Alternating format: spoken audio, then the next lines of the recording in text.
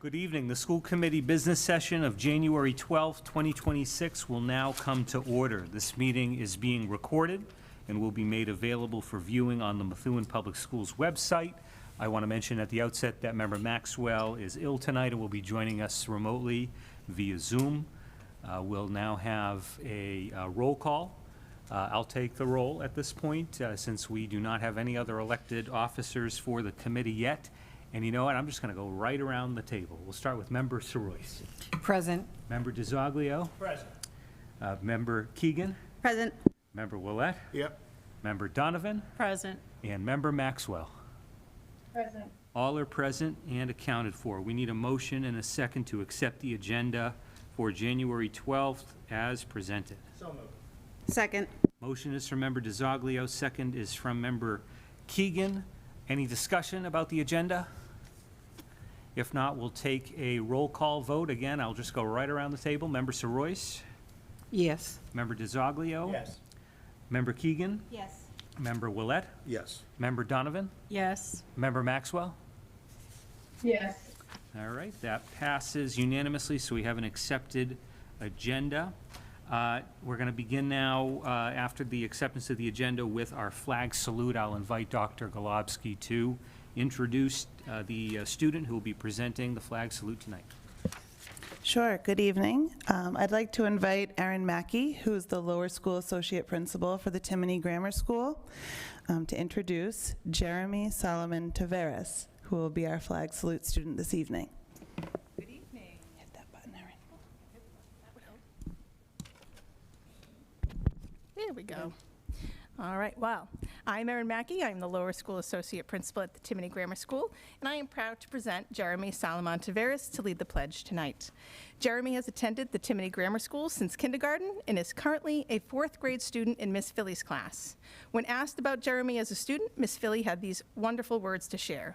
She says, Jeremy is a hardworking, kind, and respectful student. He always shows up to school with a smile on his face and is always excited and ready to learn something new. He makes sure everyone in our classroom feels included and welcomed. He truly embodies all 4 of our SOAR values and shows every student what it means to be a Timony Dragon. In his free time, Jeremy enjoys solving puzzles and watching TV. His favorite movie is Inside Out 2. He is currently working to solve a 1,000-piece puzzle. In the future, he hopes to make puzzle solving his career and make videos, increasing the difficulty and size of the puzzles he solves. His favorite subject in school is math because he loves solving multiplication and division problems. He says it can be hard work, but he enjoys doing difficult things. He is excited to have his brother Elias in school in kindergarten this year. Jeremy also serves as a peer mentor for students who are new to the Timony and whose first language may not be English. So it is a pleasure to have him represent the Timony in leading the pledge.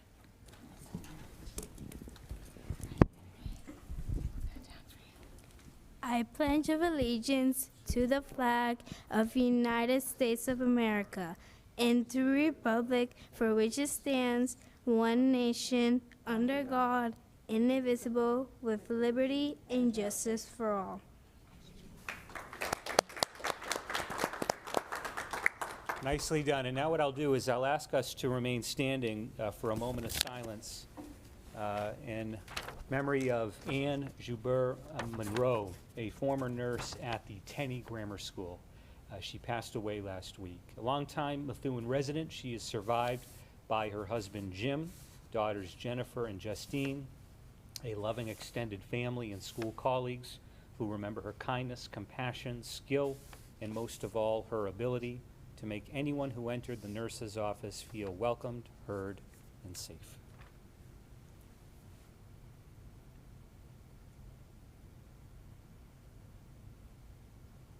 Thank you.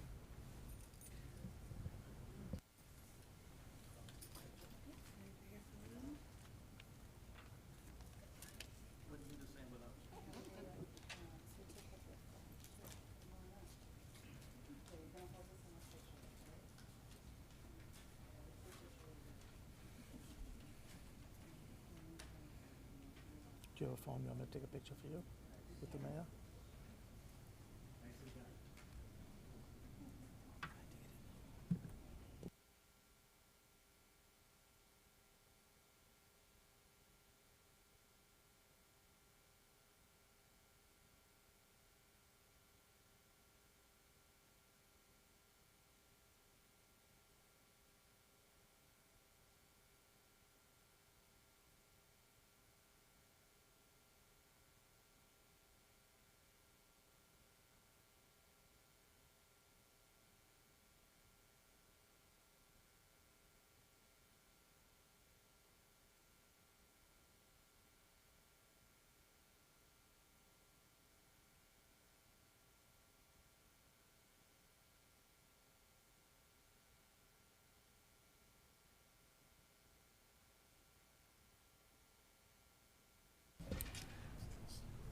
All right, we will now open the organizational part of tonight's meeting. We need nominations for the position of vice chair. Member Keegan? I would like to nominate Member DiZoglio. Second. So the nomination of Member DiZoglio has been made by Member Keegan, seconded by Member Donovan. Member DiZoglio, do you accept the nomination? I accept. Okay. Do we have any other nominations for the position of vice chair? If not, I will close nominations, and at this time, we will take a roll call vote on the election of Member DiZoglio as vice chair of the Methuen School Committee. Again, I'll go right around the table. We'll begin with Member Soroyce, Yes. Member DiZoglio, Yes. Member Keegan, Yes. Member Willett, Yes. Member Donovan, Yes. Member Maxwell, Yes. and I am a yes. Congratulations, Vice Chair DiZoglio.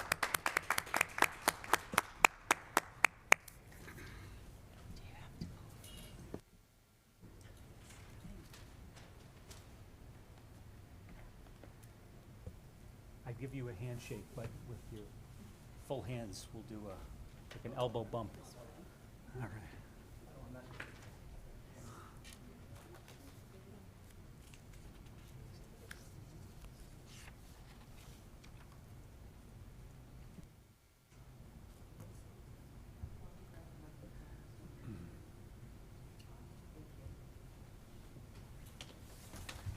Congratulations.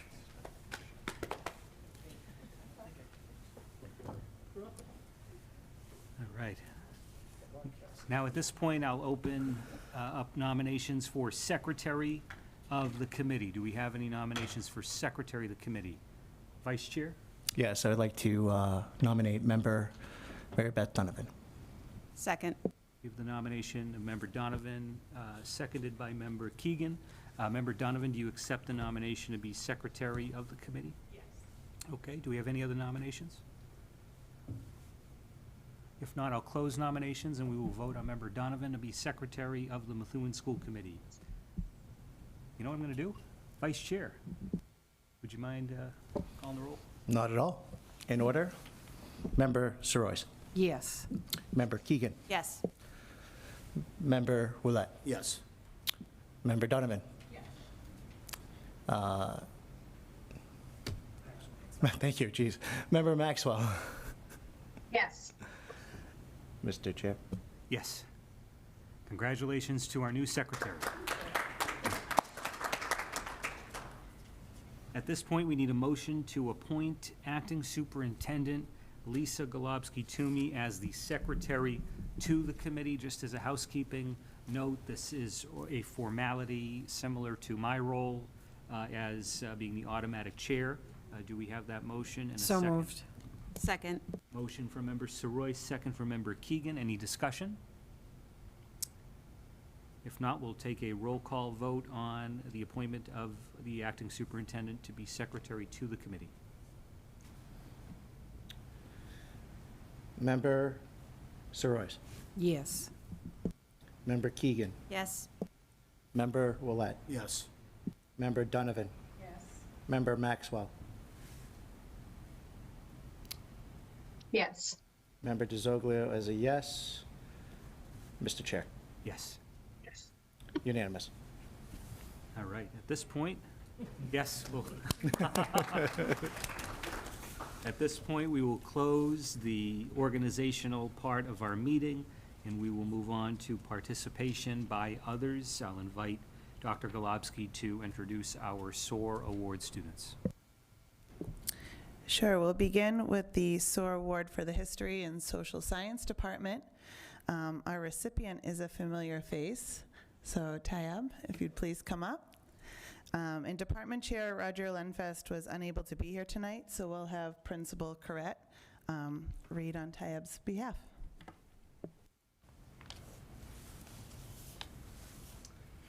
Good evening, everybody. Congratulations on your new appointments, and good luck in your role. So I'm here to present for Mr. Lenfest. I have the absolute privilege to present this award, the History and Social Science Award, to Tayeb Afzal, who I know well, got to know well over his 4 years here at the high school. Before I read what Mr. Lenfest had put together, I just want to say a special thank you to his dad, Mohammed, and mom, Sumaira, who have been overwhelmingly supportive of Tayeb and his brother through their experience at the high school, and have actually been very much supportive of the high school as well. So with that, it is my honor to announce Tayeb Afzal as the History and Social Science Department SOAR Award recipient. Tayeb has been an integral part of our community during his 4 years at Methuen High School. During these 4 years, Tayeb has excelled in the classroom and has taken on leadership roles outside of the classroom. Tayeb represents our students locally as a student representative to the Methuen School Committee, as a member of the Student Council, and as chair of the Mental Health Parent and Student Advisory Council. Tayeb also represents our students at the regional and state levels as a co-chair of the Northeast Regional Student Advisory Council, as a member of the State Student Advisory Council, and as a member of DESE's Safe and Supportive Schools Commission. Tayeb is a leader with a passion for helping his community. He has facilitated meetings, delivered presentations to adults at meetings, and testified at a hearing in favor of the Mass Bill to establish a permanent commission to promote the civil rights and inclusion of American Muslims in the Commonwealth. Tayeb was instrumental in the establishment of a dedicated prayer room at the high school. He contributed to the update of our social emotional learning curriculum to enhance mental health awareness and improve student engagement. Tayeb's willingness to work hard to solve problems and help others in need has made a great impact on his peers. When asked about his goals and desires, Tayeb responded, "I want to do what I can to make my community a better place. I want to fight for corruption and injustice." In pursuit of this goal, Tayeb hopes to study pre-law or political science in the future. And I'll just say Ranger Nation looks forward to witnessing, his accomplishments in the future. Congratulations, Tab.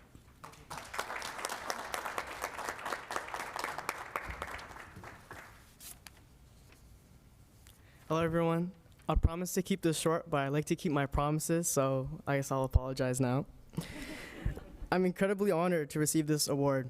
History and the humanities mean a lot to me. The way I see it, every citizen has a civic responsibility to understand the past and stay informed about the present, because history repeats itself when people stop paying attention. Our world today is littered with injustice, from our education systems being attacked to innocent people being killed in their car. On top of all the heinous acts our government carries out, what strikes me most at times is the injustice we do to ourselves, the injustice of education.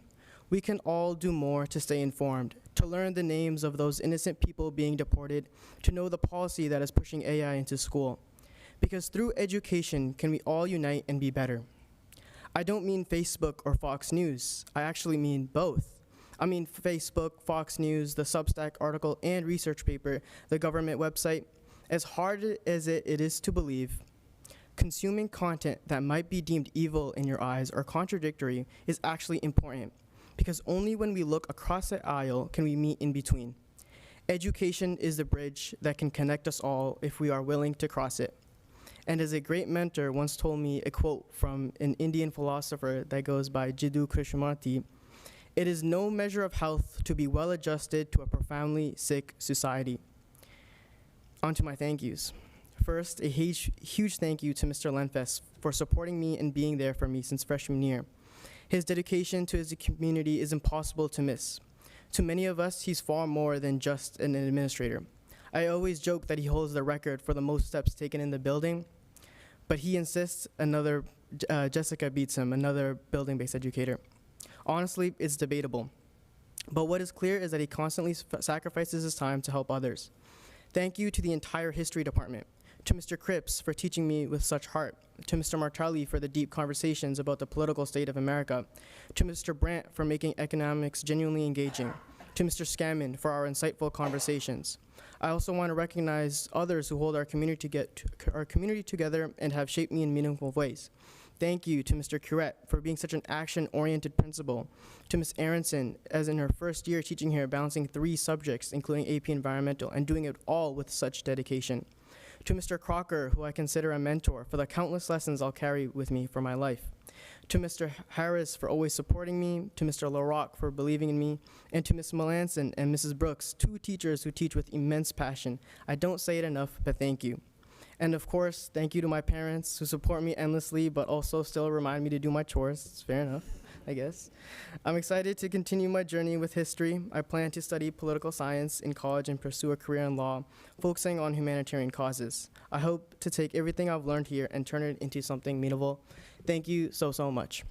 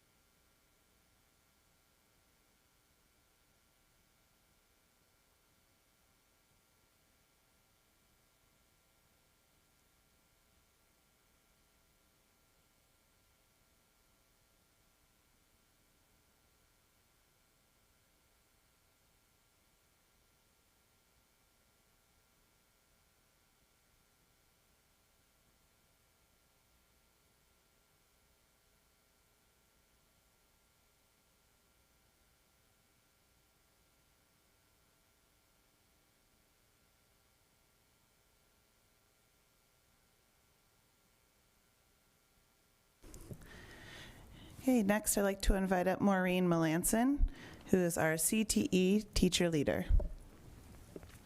And the student we're awarding tonight is Valentina Caradillo. Good evening. The Career and Technical Education Department is incredibly proud to recognize Valentina Carrillo as this year's recipient of the CTE SOAR Award. This award honors students who exemplify scholarship, leadership, integrity, and a commitment to excellence, and Valentina embodies the spirit of the SOAR Award in every sense of the word. I have had the distinct pleasure of teaching Valentina for 3 years in AP Biology, Advanced Biotechnology, and Biotechnology Externship. I can honestly say that in my 25 years as an educator here in Methuen, and after working with thousands of students, that Valentina is one of the most intelligent, ambitious, dependable, and genuinely hardworking young women I have had the privilege to teach. Watching her grow at Methuen High School has been nothing short of remarkable. Valentina is the kind of student that teachers hope for, not because things come easily to her, but because of how she approaches learning. She is internally motivated, deeply curious, and constantly reflecting on how to grow and improve. In some of our most challenging courses, she pushed herself to truly understand complex material rather than settle for surface-level success. She consistently attends her classes prepared, asks thoughtful questions, and is never afraid to take academic risks. The willingness to challenge herself has defined her journey here. In the classroom and lab, Valentina is a quiet but powerful leader. She brings insight to discussions, offers unique perspectives, and always does so in a way that lifts others up. She is often the first student to help a classmate by explaining a concept, walking through data analysis, or staying after to make sure someone else succeeds. Her leadership is rooted in humility, collaboration, and example, and her presence elevates everyone around her. Academically, Valentina's accomplishments speak volumes. She maintains a 4.6 weighted GPA and is an AP scholar with honors while taking on rigorous coursework and extraordinary range of responsibilities. Within the biotechnology pathway, she has earned multiple industry-aligned micro-credentials, including passing the Biotechnology Aptitude and Competency Exam, Laboratory Safety Hazard Mastery, Aseptic Technique Mastery, Precision Pipetting, Laboratory Numeracy, and Standard Operating Procedure Compliance. These credentials reflect not just technical skill, but her respect for accuracy, safety, and a professional lab standards, which are qualities essential to success in science and healthcare. Beyond the classroom, Valentina has independently pursued research experiences that far exceed the typical high school expectations. She was selected for the BioBuilder High School Apprenticeship Challenge this fall, where she collaborated with peers to design and evaluate biological solutions in a STEM-focused environment. She has also completed multiple paid summer research internships, including working with Boston Children's Hospital, Harvard Medical School, where her research focused on career biology and hematopoiesis using zebrafish as model organisms, and the Science Mentorship Institute, where her research focused on molecular approaches to blood glucose management. In addition to the high school apprenticeship, Valentina's second externship involves engineering a biosensor to detect inflammation in the gut and release probiotics in response. In these roles, she conducted hypothesis-driven research, analyzed data, and presented her findings to academic audiences. All of these experiences reflect her commitment to a future in biomedical research and health sciences. Valentina's leadership extends well beyond academics. As president of HOSA and the co-president of the Science National Honor Society, she organizes meetings, coordinates guest speakers, leads service initiatives, and represents Methuen High School at the state level. She leads with confidence, integrity, and purpose, earning the respect of both her peers and faculty alike. Valentina's dedication to service and empathy is inspiring. As an active partner counselor with Samaritans Incorporated, she has completed extensive training in crisis communication and suicide prevention, and now provides emotional support to youth through text-based helpline. This work requires maturity, compassion, discretion, and emotional intelligence, which are all qualities Valentina demonstrates with professionalism and genuine care. Across our school community, Valentina is known for her kindness, reliability, and grace. She serves as a student ambassador, tour guide, volunteer, and student council member, balancing an incredible number of commitments while remaining grounded through thoughtful and generous with her time. As Valentina looks ahead to a promising career involving biomedical engineering, molecular biology, and biochemistry, she plans to continue pursuing opportunities in health science and research. With her passion for science, her work ethic, and her deep desire to make a difference, I have no doubt that she will continue to achieve extraordinary things. Valentina, on behalf of Methuen High School and the Career Technical Education Department, it is truly an honor to present you with the CTE SOAR Award. We are so proud of you and cannot wait to see how you continue to soar. Congratulations. Thank you so much. I'm really honored to receive this award. I want to thank Ms. Melanson for guiding me throughout all of my endeavors and supporting me throughout my time in high school. I also want to thank all of my teachers at MHS. I wouldn't be here today without their encouragement and dedication. I'll truly miss all of them. I also want to thank my family for supporting everything I do and always being there for me. Thank you again.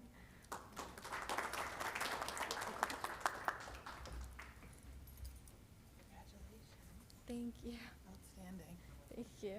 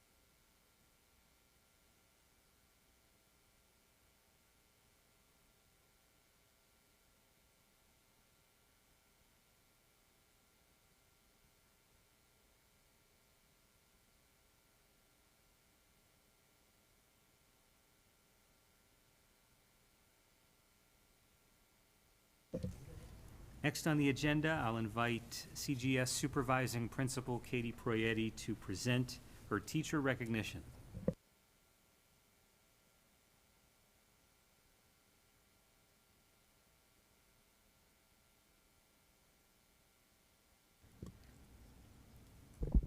Short. Good evening, everyone. This is Kelly Sullivan. I am honored to commend fifth grade teacher Kelly Sullivan for her extraordinary quick thinking, bravery, and selfless heroism demonstrated during the lunch period on December 2nd, 2025, when she immediately stepped in to assist a student who was choking. Without hesitation, Mrs. Sullivan took decisive action, turning a frightening moment into one of reassurance and relief for a young student. Supervising a cafeteria filled with the social energy of 250 students is both rewarding and challenging.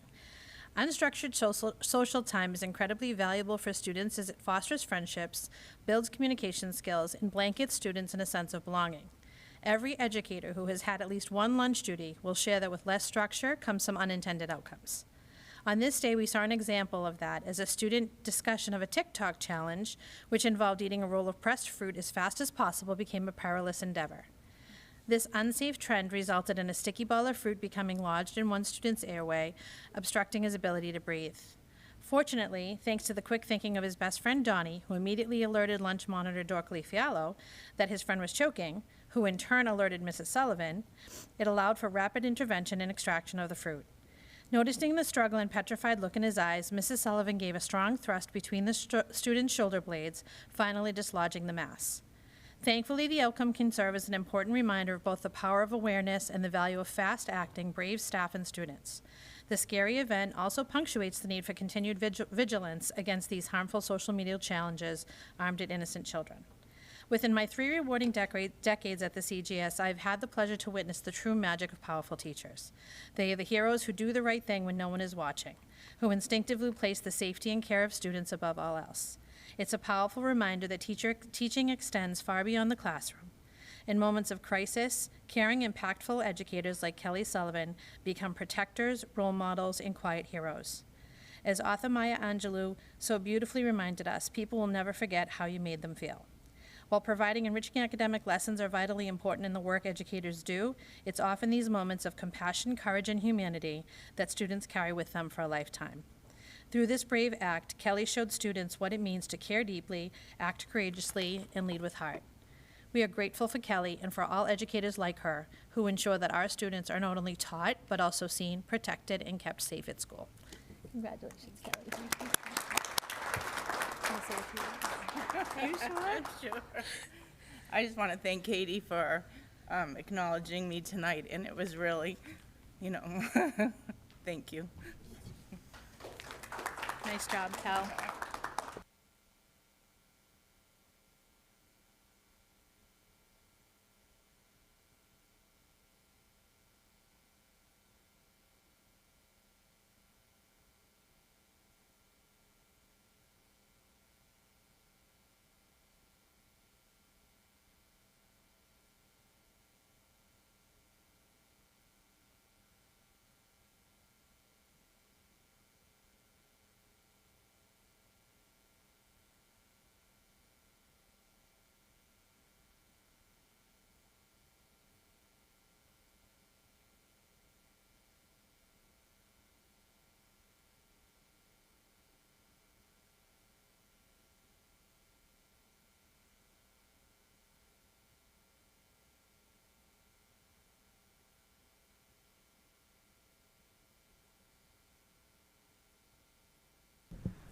Very deserving of the recognition, and this is why we need to have a conversation in this country about banning social media use for people under the age of 16. No joke. I'll invite our student representative to share any updates for the committee.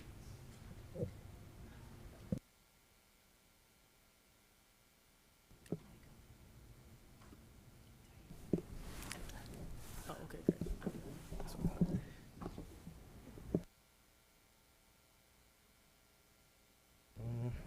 On December 10 and 11, 178 students from Methuen High competed in the DECA district level competition, showcasing their business knowledge, professionalism, and presentational skills. The two-day competition, followed by an exciting awards night, was a memorable experience for our passionate DECA members. We're proud to share that 38 students qualified for the DECA State Career Development Conference, which will take place from March 12th through March 14th. At the state level, students will have the opportunity to network with peers and industry professionals from across the state. With more than a dozen competitors in each category, only the top 6 competitors from each event would qualify for states.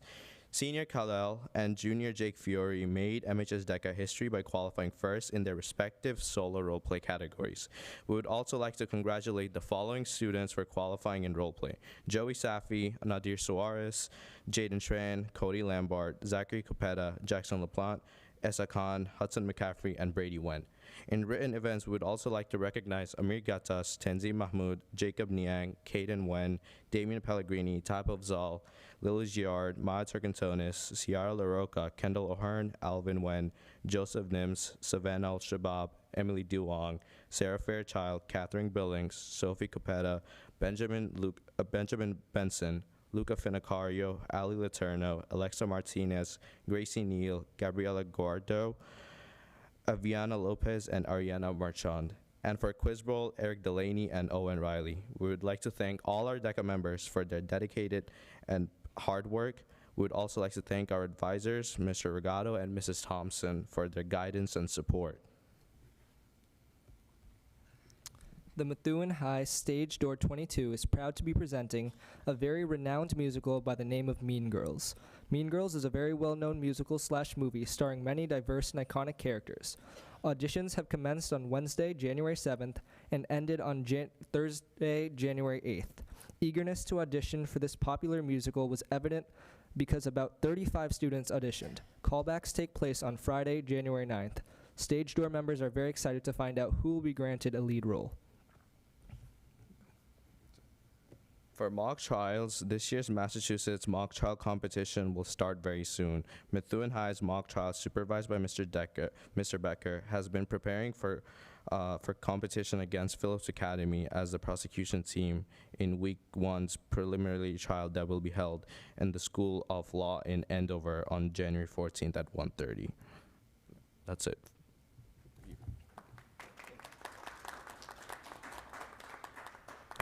Thank you for the updates. Is there anybody here who would like to speak during public participation? If not, The committee did receive some written correspondence that the vice chair will read. Thank you. I feel like I'm getting an early initiation. You guys have been busy lately, so I feel it's a light load here today. Good morning. My name is Donald Blunt, and I am a second shift custodian at the Tenney Grammar School. I am speaking respectfully but honestly about the current discussions regarding the possible privatization of custodial services. First, I want the committee to understand that the concerns being raised come directly from the employees who keep these schools clean, safe, and operational every single day. We take great pride in our work, and we care deeply about the students, staff, and buildings we maintain. We are the workers who kept our schools clean and our children safe throughout a global pandemic, adapting to constantly changing health and safety requirements. More recently, we worked diligently to address a rodent issue that was caused by structural conditions and the continued practice of students being allowed to eat in classrooms well after the pandemic, not by a lack of custodial effort. We also want to be very clear that we, as employees, are taking the privatization issue extremely seriously. We are consulting with our union and its legal counsel to ensure our rights under Chapter 150E are fully respected. Outsourcing is a mandatory subject of bargaining, and we intend to be active, informed participants in that process. Our goal is not conflict. Our goal is fairness, transparency, and the opportunity to correct misinformation.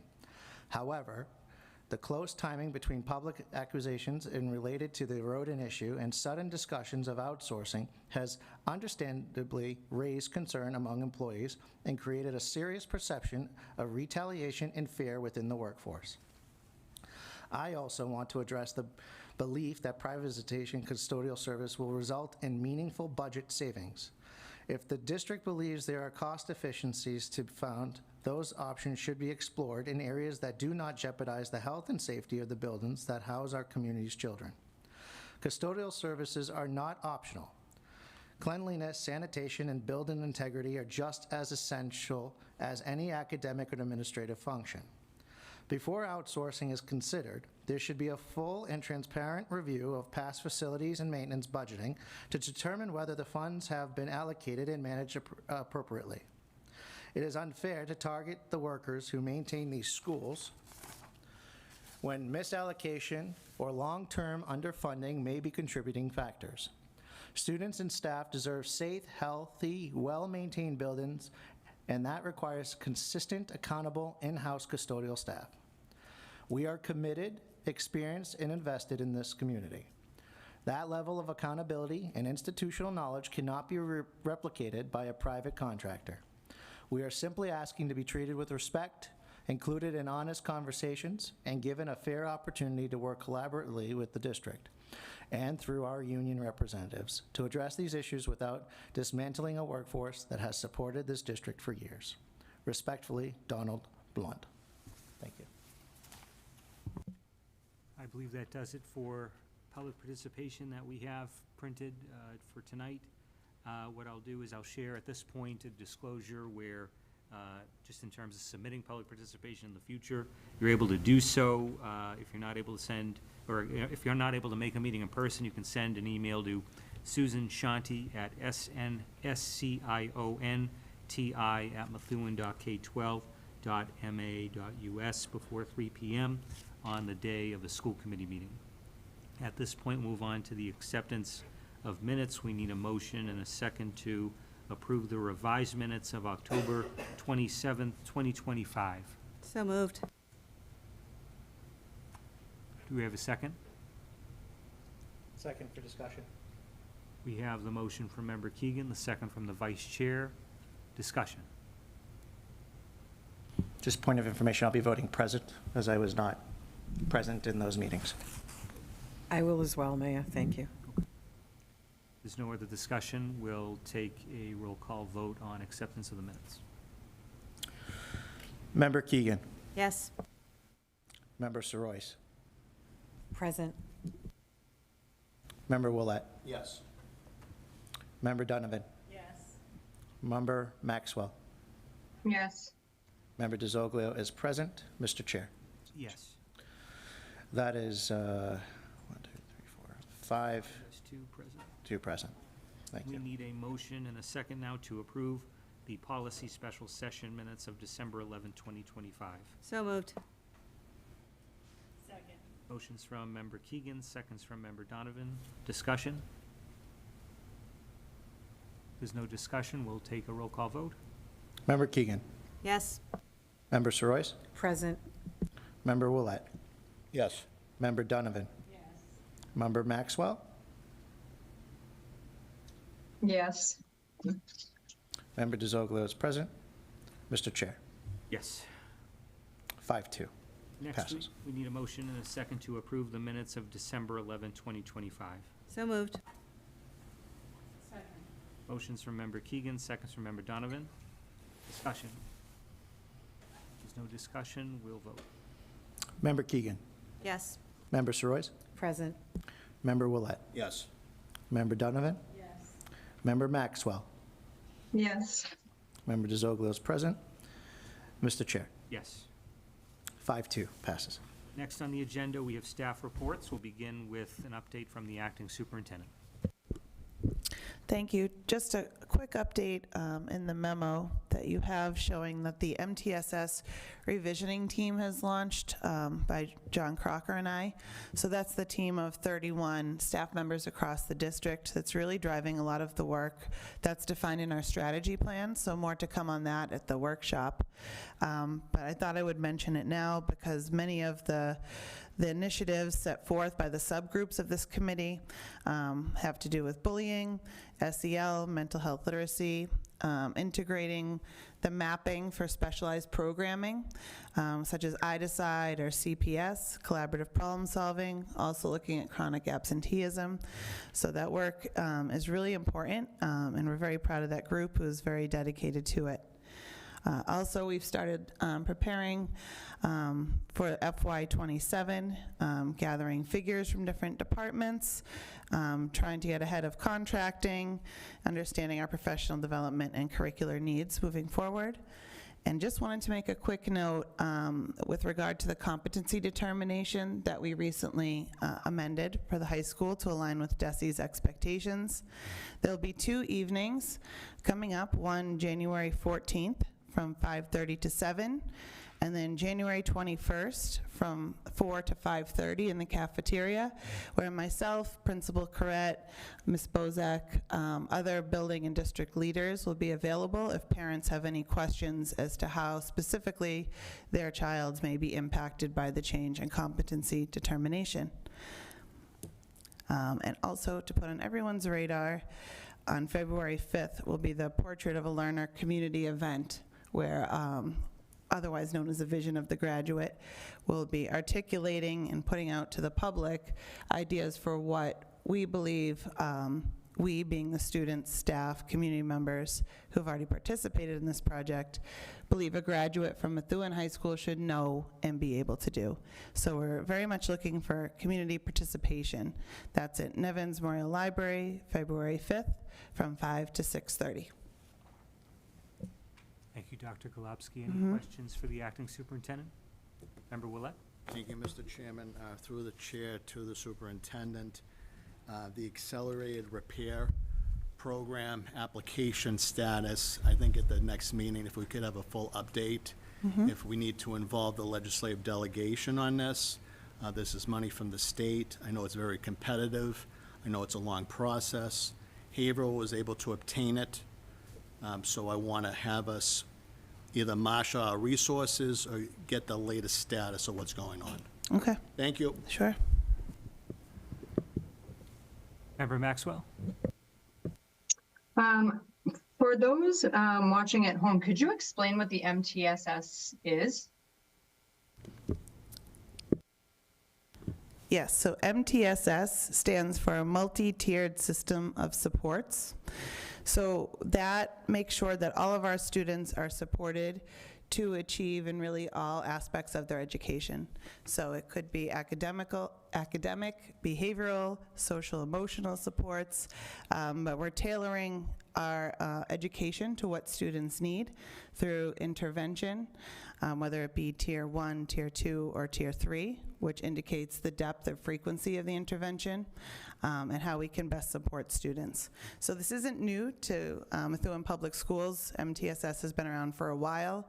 What we're doing is taking a closer look at how we're executing our process and making sure we're being efficient in doing so. And the MTSS that we currently have, that's the like triangle layout, if you will, correct? Yeah. Yes. Yeah. Do students on an IEP receive individual support if they have behavioral needs, or do they receive support through the MTSS? So MTSS really meets students' needs, whether they're lagging behind in skill or content knowledge, or they have accelerated learning needs and need enrichment. When a teacher notices that a student is achieving at a different rate, whether that be accelerated or there may be some gaps in their learning and they're not progressing quite as quickly as they would expect, they're brought up for recommendation to the team, and the team then suggests whether a Tier 2 intervention may be necessary for 4 to 8 weeks, depending on the type of intervention.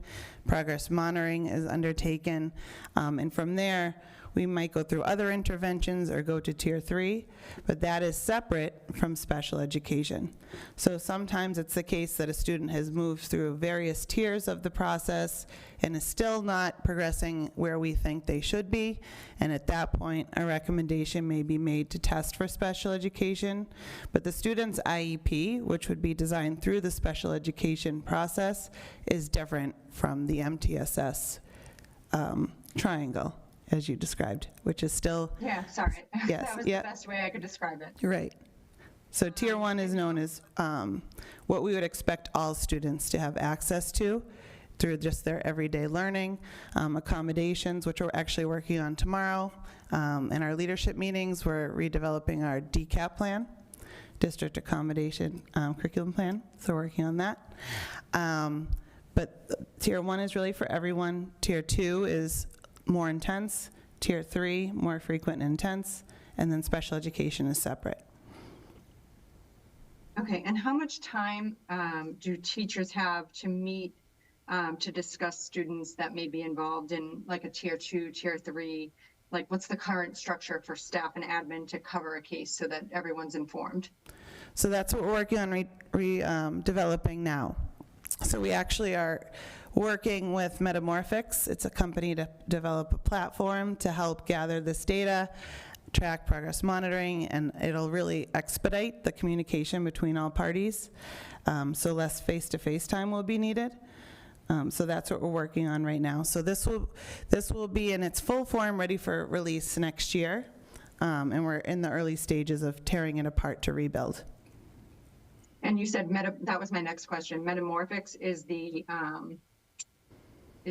platform you're using? The platform is called Cascades. We're working with the company Metamorphics to design it specifically for Methuen Public Schools. Thank you. Yes. Any other questions for the acting superintendent? If not, we'll move on. The next item on the agenda is an update regarding the Health and Safety Task Force and any maintenance or custodial updates. We don't have any supporting documentation for this on the agenda, simply due to the fact that this is not like a formal subcommittee. This is more of a group that I've convened in the context of the Health and Safety Task Force. I shared a brief update regarding the last, these issues regarding during the last City Council meeting, excuse me. But I'll share some more updates tonight. We, of course, last year began working with a new pest control company called Bremen. And according to the most recent reports that we've received from them, our schools are continuing to remain in good shape in terms of the critter issue, so to speak. So where we were, late 2024 to where we are today, it's like quite literally night and day, which is fantastic. So we're really working on trying to maintain and improve upon those exclusion efforts. I had a meeting this past week with Inspector Darren Deeb, as well as DPW Director Pat Bauer, as we continue to build out that framework, determining the best ways for the city to support the school district, but actually coming forward with a plan for execution in the new year. And our thinking is to really base that plan around the concept of doing a spring cleanup, a fall cleanup, and then that way, we'll have two concentrated efforts during the year to assist with exterior cleaning and the like. There's still some things that DPW is getting after right now by way of cleanup outside. For instance, the Timony, that's something that they're working on. But going forward, the thinking is that if we have that plan for a spring cleanup, a fall cleanup, that'll make it a bit easier so that there isn't this constant need to, get after that from a custodial standpoint when we have available help from the city. I don't know if, Mr. Gosselin, you have any update regarding maintenance I custodian? believe you touched upon everything I Yeah. would have said, Okay. except for we do have a task force meeting this Thursday. Yes. And I also was able to meet with Darren D. Friday morning with our facilities staff to go over next steps, et cetera. Great. We do continue our once-a-month walkthroughs at each building as well. Yep. So bottom line, significant improvement, we're going to keep at it. Member Willett? Thank you, Mr. Chairman. As I mentioned at the prior meeting, looking for primary reports from the latest pest extermination company. Also, if the latest inspection reports from Darren, if that's possible to furnish to the committee, and then also a comprehensive report at the next meeting. I know that we had a transition of leadership in the school system, and I'm accommodating that, and I know I have confidence at the next meeting those items will be provided to us, and I appreciate the outreach. I also want to say thank you and to the DPW department for working in partnership with the school department. I really am grateful for that. Thank you. Thank you, Member Willett. Other questions? If not, we'll move on to the student enrollment data report. Any questions from the committee regarding the student enrollment data report posted on the agenda? Member Soros? Thank you, Chair. I just had a question. The in-district disabilities, the English language learners, are these students identified as they sign up for school, or is this after they've already done all the testing and? So for the disabilities, it's upon enrollment. So these are students moving in and enrolling with IEPs already in place. You're welcome. For the English learners, it could be both students that are coming in already identified as English learners, or students who have arrived at the FRC and been tested, and then have been deemed English learners prior to being assigned to school. Member Keegan? I know this would be a change in what you give us, but is it possible to have a running total after October 1st, like because that tells us what our enrollment is, that's our number for the state for money. It would be really helpful to be able to see how many students we're getting after that number has been solidified, and how many kids we're not going to have money being given to us from the state for. Does that make sense? Mm-hmm. I don't know where you can put it, however it looks, but it would be really helpful to have that number to just see how our enrollment's growing after we've sent our number to the state. I agree. I think that would be a good idea. I think the August row is sometimes confusing too, dealing with the new enrollees in kindergarten. Any other questions? Vice Chair? Through you, Chair, to the acting superintendent. So coming back into this, I remember what our numbers were 6 years ago. Are we trending down still, or are we seeing a spike come back up? Because I see a 710 over the last 6 months with, yes, 175 withdrawals, but is that a positive trend for you year over year, or are we still seeing a negative decrease? The enrollment number of 710 is still including K enrollments, so that might be deceiving there. Yep. We do have pockets of grades that are slightly lower in enrollment, and our enrollment is down. Yep. It did come out, DESE published that across the state, in-district students, so not including students who are outer district or charter students, but students that are remaining in public school districts, the state is down approximately 15,000 students. Is that to charter schools, to private schools, to just moving out of state? Do we have any?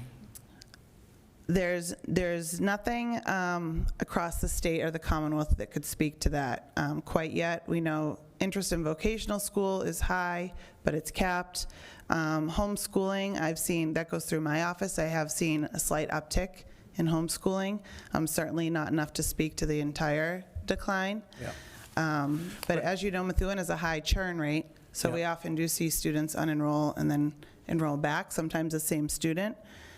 But the kindergarten particularly is low this year.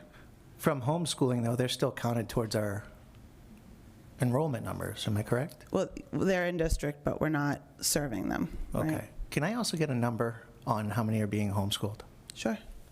I appreciate it. Because I do see a 230-ish discrepancy between the highest grammar school to the lowest, and between the CGS and Marsh being the lowest, and then the Tenney and Timoney. So it'll be interesting to watch those numbers as we get closer to the new budget cycle. So thank you. Yes, we have seen, I will mention too, the English learner population is growing most quickly at Tenney, outside of the newcomer program at CGS. Thank you. Any other questions? If not, we'll move on to the HR report. Any questions from the committee regarding the human resources report? Staffing updates, Member Maxwell? So since our last meeting when we discussed this, what have we done differently to find people for these positions? I did send a talking points message out to all families, asking them to take a look at the opportunities within our district, and particularly highlighting those in special education. And I know Ms. McCarthy has removed and then reposted the positions so that they would refresh in search engines and would be populated back in emails for individuals who have subscribed. And I believe Ms. Bozak has still been working with services, contracted services. Yes, so I'm still collaborating with a number of contracted service agencies.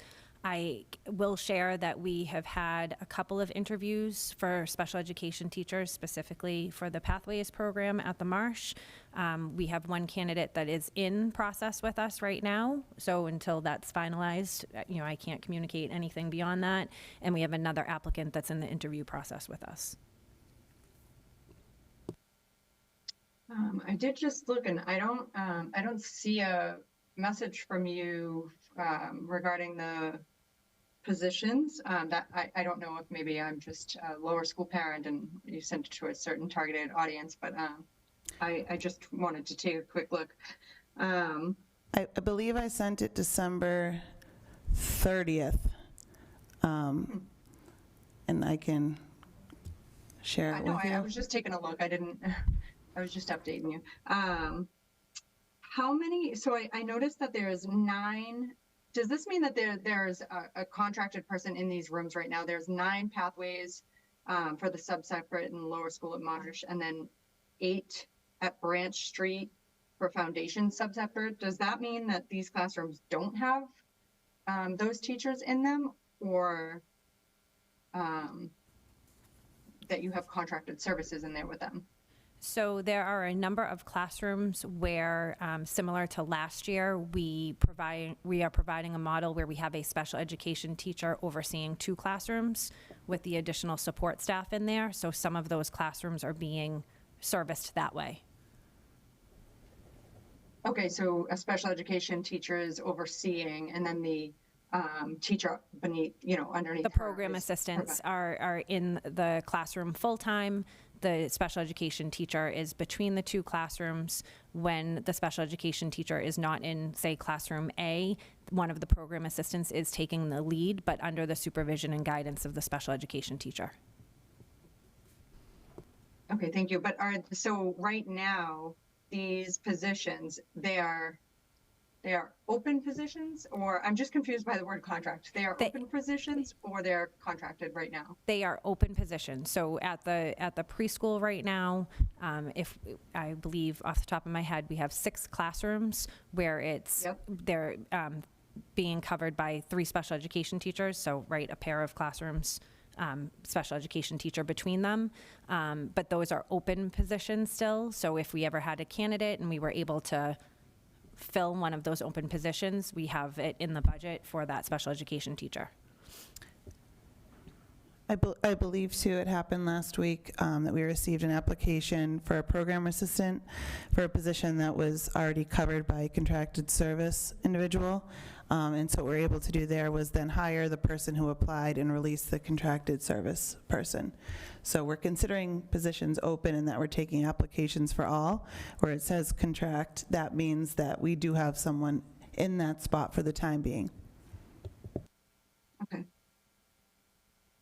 Okay, and have you given any consideration other than the talking points into how else we could, I mean, I see that there's a bunch of psychologist positions too. I feel like that's a big role to fill, no?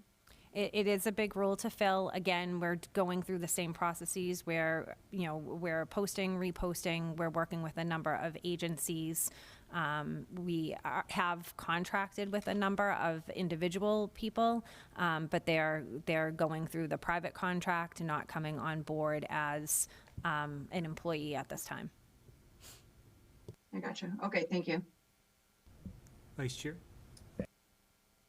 Through you, Mr. Chair, to the Assistant Superintendent. So, quick question here. So I'm looking at the head count, especially on the contractual side, because I remember something happened last year where we said we were going to try to move away from contractual services with outsourcing these positions, because the union was really barking at the fact we were paying more for these services.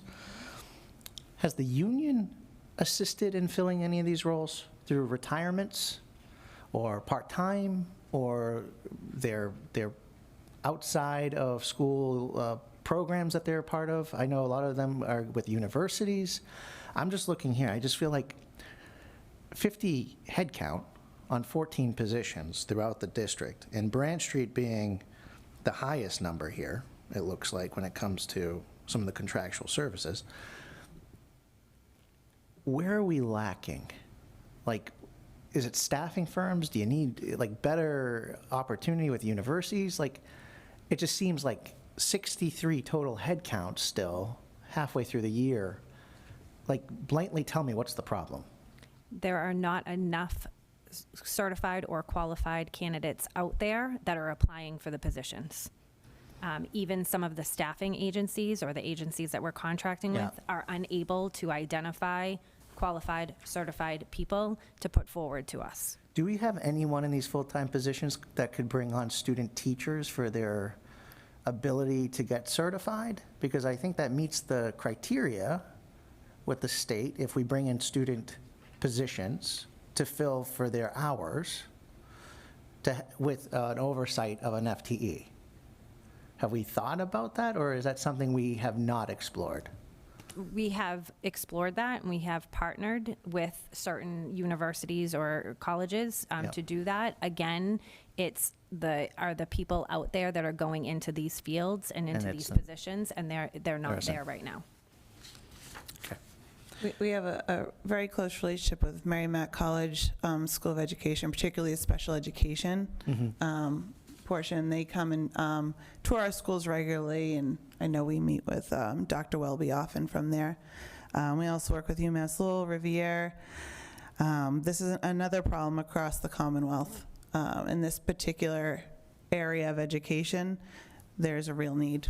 Yeah, and I apologize for the questions. It's been 6 years since this, and I've stayed in my lane across town. So, can I just add to that though, because you mentioned something about having a student teacher come in to fill those pieces while having somebody supervise. Yeah. And for years we've been able to do that, but now we're stretching our own staff thin in terms of if I have a special education teacher covering 2 classrooms to then provide supervision to a student teacher. is just adding to the special education compliance paperwork, follow through, Yeah, they have to those do types of things. they have to do the curriculum for that teacher And the et cetera, testing, testing and all yes. that, yeah. Yep. Yep. All right, I appreciate it, thank you. Yeah, you kind of triggered a memory, a very old memory. Years ago, we used to partner with our school psychologists with, I believe it was BU. Does that ring a bell? It was Tufts. Tufts, It was yes. Tufts. So I'm sure you've reached out, but I mean, we had several school psychologists that ended up staying with us. So That pathway still available? Sometimes, but right now that pathway is difficult when right now on our own staff, we have one school To psychologist. monitor, right, P- right. Primarily, we have a couple in the Timony that are not just testing only, but that has been a difficult piece. And some of the feedback that we're getting is for the vacancies that we have for school psychologists, it's the testing only school Right. psychologist position. And a lot of the programs now have shifted to their testing, but also they have the direct service component, which is not the model for some of those positions for Okay. us. Got it. Thank you. Any other questions? If not, realizing I think I skipped student services. That's okay. I'll just give a kind of a couple of quick touch points. So I'm happy to say that as of tomorrow, we are actually going to have interim ETFs in all of the vacant positions. So that administrative support and support for the teachers is now going to be in full effect. And so I'm looking forward to kind of overseeing how that is going in each building so that will also drive some of the information when we come to budget and talk about proposals. I also want to call attention to the last part under McKinney-Vento, because I just want to make sure that people are aware that that addition of 55,000 wasn't like an inflation in 1 month. It's just the way that the invoices hit. So that's just how the payment has gone. So we haven't seen a significant increase in our homeless population, but that's just how the invoices have arrived. Questions regarding student services? If not, we'll move on to the disciplinary actions report. Any questions from the committee? Vice Chair? Thank you. Again, I apologize for the questions, but what does unique students mean?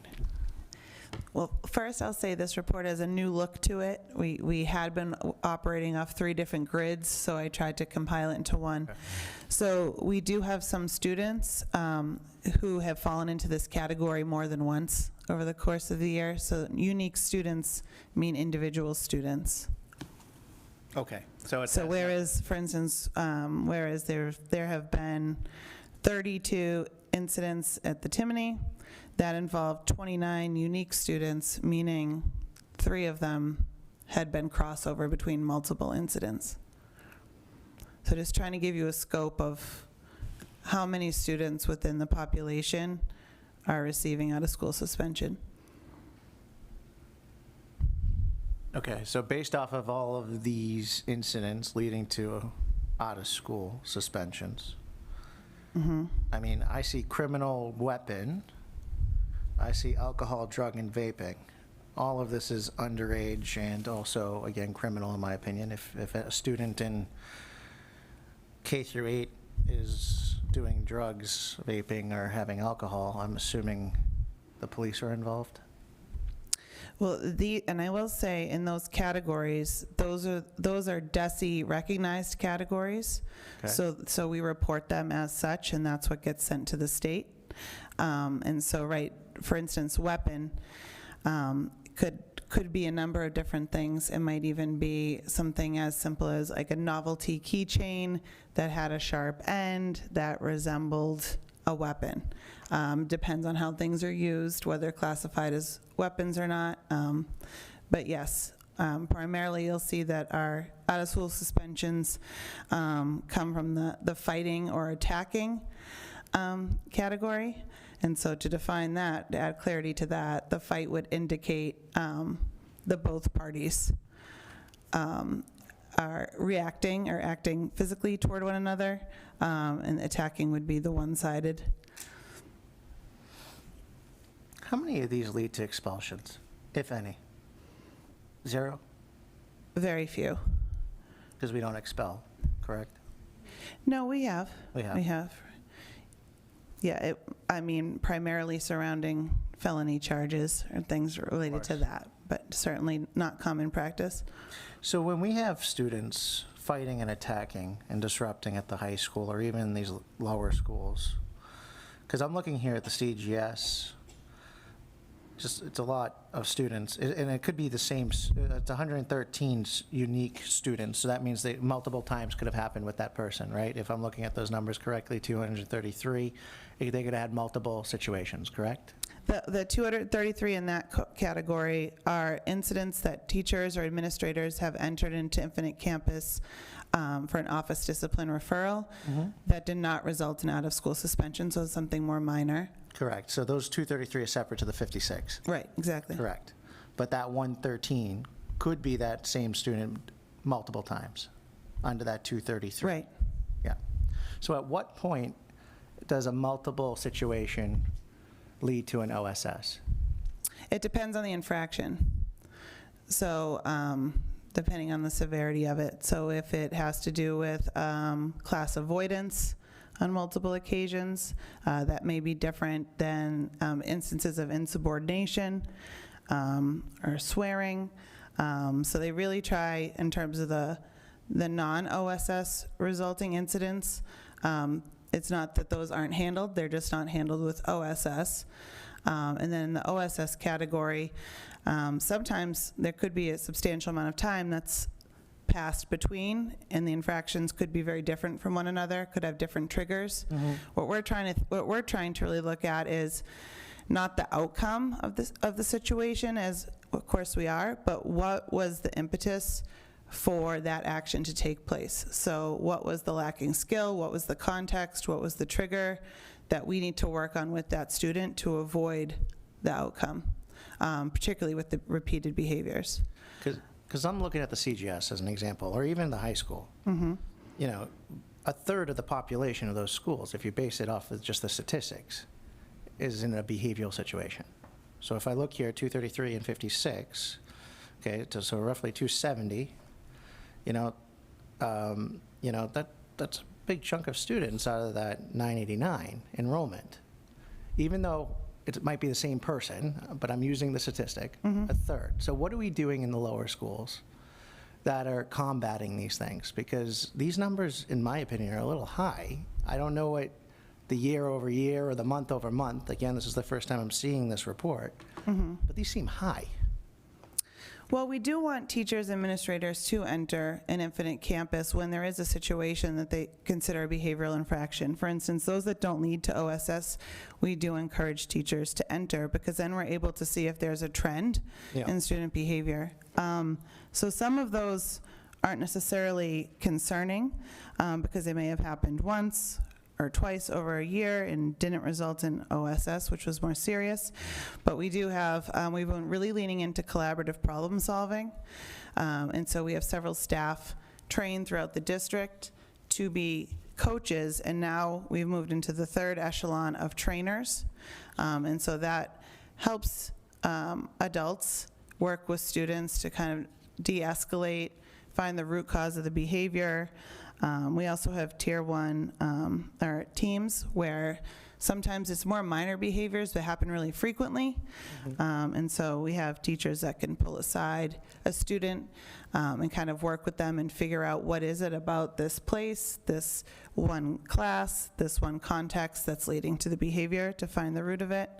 I Decide is still, I don't know if you remember that.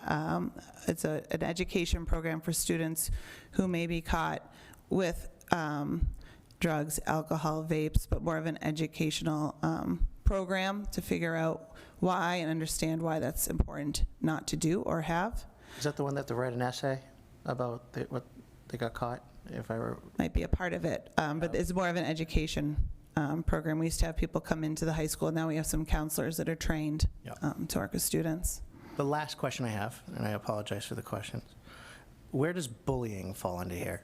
Is it under fighting, attacking, policy violations, obscene, disruptive behavior? Is it its own category? Some of those outcomes could be involved in an incident that could be classified as bullying. Ms. Bozak leads our bullying Yeah, I was just investigation going to say department. that if something's deemed bullying isn't necessarily going to be categorized here, it's what was the infraction that led to the discipline. So Understood. it could be the fighting, attacking, obscene, disruptive behavior. Okay, thank you. Thank you, I'm all set. Member Keegan? I just wanted to give you some context. This report I had requested ages ago, and the reason being is because there are laws around out-of-school suspensions, and it seemed that the out-of-school suspensions were very high based on the restrictions that the law provides for out-of-school suspensions. And so that's why this report started, was to make sure that we are in compliance with the law for out-of-school suspensions. I know we used to have RDR, in-school suspension, which we don't do that anymore, correct? We do, or don't? We don't have RDR rooms, but we do have some programming that allows for us to pull students aside and work with them during the school day. Yep. As an alternative, not classified typically as in-school suspension. I'm blanking on the name right now. So in two of the buildings, Tenney and Timony, we have RIS? RIS as an intervention. So we have specifically staff that are working with students to try to maintain them in school, but still working through whatever the issue is that they have, so that we're preventing students from the disruption of missing school, especially if it's not as egregious as maybe weapons and things like that. Are they still in a classroom, or are they in a separate, like a RDR room, like it used to be?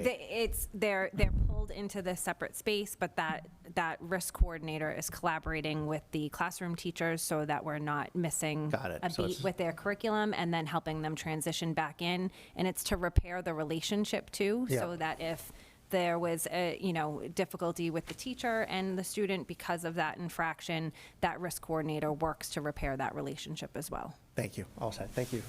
Member Donovan? Yeah, and not to add additional work, but last year, we got a fabulous report that showed us the efficacy of that program, and really helped us during the budget process to say, these new positions, are they working? I'm wondering if there's a way to do that again this year. Not only for the budget piece, but to say, maybe this is something we need to, because everyone's concerned about behaviors and preventing disruptions and distractions to learning. But I remember being really, really happy with the results. So I'm wondering if there's any way to revisit that and to make sure, because my concern at the time was that I was calling it in-school suspension, because you want to keep the kids in school. You do. And work with them. You don't, but I do. Did you say you didn't? Oh, okay. Yeah, RDR, right. And the state really pushes us to keep them in school. So I just want to make sure that we're using it and we share that information. So I would be curious, our kids, we kind of lost track of it. So are we providing in-school suspensions in accordance with the law? But whatever you could bring to us, I would be so appreciative. Member Thank Willett? I know, just to piggyback on Member Donovan, that was one of the biggest things I was advocating for 2 budgets ago, and we were able to implement it. The problem was we could not expand it, so it's limited in scope. So if the efficacy of the program is working, right, we should be actually expanding it, even in a budget of limited means. Because if you're dealing with multiple behavioral issues linked to the same students, and we don't want them to be removed from the school environment, we don't want to have home suspensions, we want to do in-school servicing to tackle these issues. And it could be a holistic approach with the family too, to try to help them with services. I rather do, because I think right now it's limited, right? We don't have a total, We don't across the 4 grammar schools, Yes. but that was purposeful, if people recall, because the principals reported the needs in their building were a little bit different. So although Tenny and Timony have the risk coordinator, CGS has the Bright program, and the Marsh has something similar, but it's not.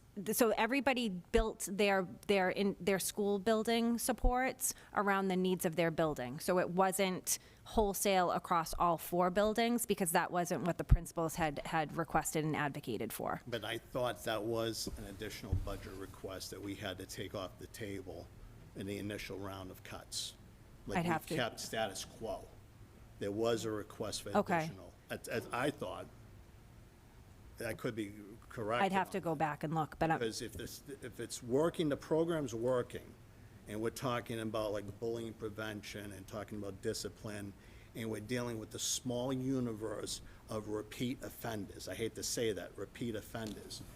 We don't want to have the repeat offenders here become repeat offenders outside of the school in terms of major crimes. If we can do as much as we can for social services, holistic, bringing in the family, dealing with the child and their issues, isolating at times, making sure the regular education kids are being taught, that there's not a disruption to the classroom, all those things should be explored. So that's my 2 cents. Thank you. Member Maxwell? Just a couple of questions. I have a couple of concerns. One being that when Member DiZoglio asked about weapons, you said that it depends on what it is, and a keychain can be considered a weapon because it's pointy or it looks like a weapon. I mean, there are 5, 6, 7, there are 7 incidents where criminal or weapon was involved, and what is there, can we get a breakdown of what weapons were involved in these incidents, I guess, going forward?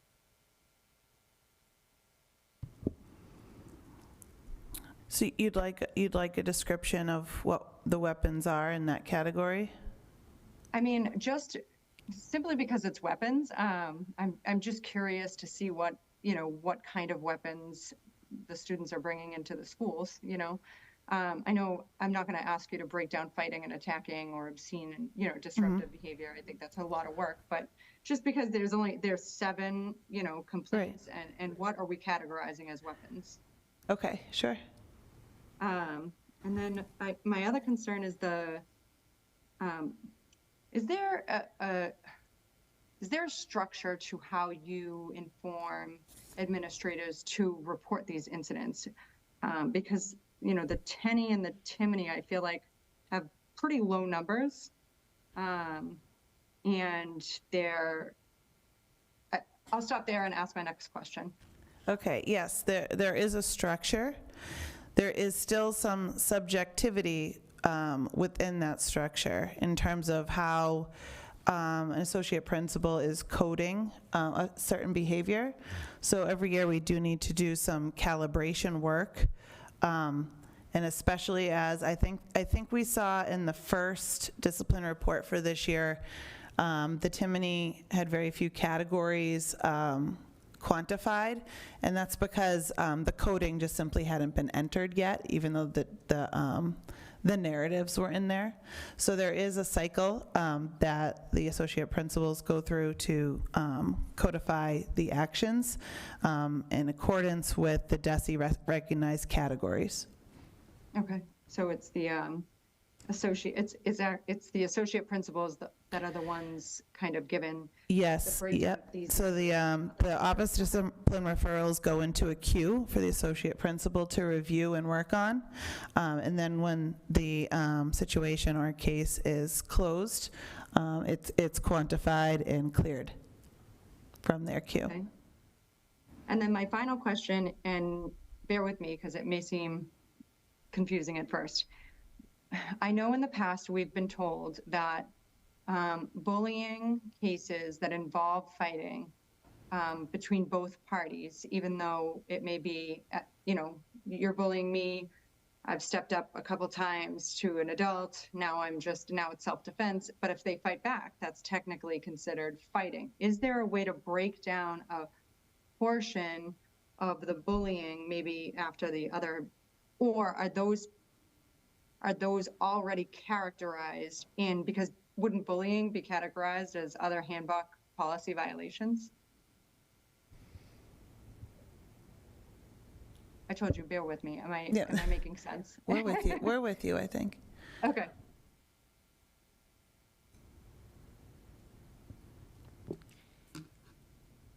I know, I'm like, deep pause. Again, bullying could fall under those other handbook policy violations, because after the investigation, if something is deemed bullying, part of the outcome could either be a safety plan or other disciplinary measures, which could be an in-school suspension or out-of-school suspension. So that could fall under other handbook policy violations. All right, and if it's a bullying situation and it's now a fight between two parties, it's no longer a bullying situation. Is it identified as a fighting or attacking if it leads to out of school or behavioral incidents not resulting? Is it populating in these numbers if it turns from bullying to fighting, attacking? I would have to. Yeah, I think the context is important. Yep. Okay, I'm sorry. I figured it was more of a cut and dry answer. I know that we've asked in the past about the bullying incidents that do involve two parties, and that's now a fight. So I was just curious how that breaks down to reporting numbers so that we could see it. That's all. I wasn't trying to be difficult. No, you're not being difficult. I just, again, I think it does boil down to the context, because when we're looking at a bullying investigation, we're not just taking into account that one infraction, because by definition, bullying is the repeated over time. Okay, right. Yep. So that's how we have to look at this, that these infractions are those individual infractions. When we're talking about bullying, we're talking about repeated instances over time. Okay, thank you. Member Keegan? So I just want to clarify with the bullying piece. The bullying investigation happens because there's an infraction. So the infractions are being recorded here, and that's why we don't have a category for bullying, because bullying probably, if it's been deemed that, it's going to be a couple of these incidences that have caused you to label it bullying. Potentially. Right? So you're investigating the incident to determine if it's bullying, not the other way around, right? Not necessarily, because sometimes bullying could be the repeated name calling, which might not fall under one of these out-of-school suspensions. Right, but so then bullying, so something like that isn't even going to be on here. It could be under that other handbook I see policy what you're saying. violation. Okay, thank you. You're welcome. Vice Chair, then Member Willett. Thank you. I just want to say, back to the risk program, it looks like it is working at the Timony and Tenny based off the numbers. Have we explored bringing it to the CGS? I believe that's what Member Willett was mentioning from last year. Oh, sorry. And again, and that's part of what I was talking about, when CGS had to make a decision. They have the Bright program that has been proven to be successful for different needs that are in that building. So that was their primary role when they initiated that. I hate to say it this way, I know it's budget, but have we thought about carouseling it around to different schools? Like, this year it's the Timony and Tenny, next year it's Marsh and CGS. Biannually, you're going back and forth. I think the concern, the short answer, no, we haven't discussed that. The concern would be what's in place for the Timony if they don't have that in place, so that we can maintain the success that's been there. Well, we have the Bright program, so At the CGS. could we bring that to the Tenny? and then the 2 risk programs go to the other place. I'm just looking at how we can, because I'm looking at the CGS. These numbers, it's comparable to the high school. For me, that's a concern when a third of your population is seeing some sort of in-school, and because I'm assuming the risk program is probably the OSS and maybe the out-of-school, in-school, right? I mean, I'm sorry, let me rephrase that. Not OSS. Not OSS. But I'm assuming one of those 56 individuals at the CGS may have been in the risk program prior. Right? Could they have been? At the CGS? If I'm at the CGS, the OSS, and the non-resulting in OSS, the 233, one of those students could have been, right, in the risk program. No? Oh, I'm sorry. That's right. The BRIGHT program, then. No, because the BRIGHT program serves a different purpose. It's when a student is dealing with probably a traumatic life event. And so rather than them miss school, they're receiving, it's not a behavioral intervention. It's more to support them in terms of processing that life event, the traumatic life event, while not disrupting their education and being flexible with them and working around that so that we can re-engage them. The non-OSS, it could have been teacher detention, phone call home, any other step of the progressive discipline. Yeah, but 56 OSS. That's still high compared to the other grammar schools. But when I look at let's take the Tenney, for instance, though, going back to my original point that I was trying to make. One of those 139 could be one of the 25, too. If I'm in the risk program, I could be OSS. Right. I could be. Okay.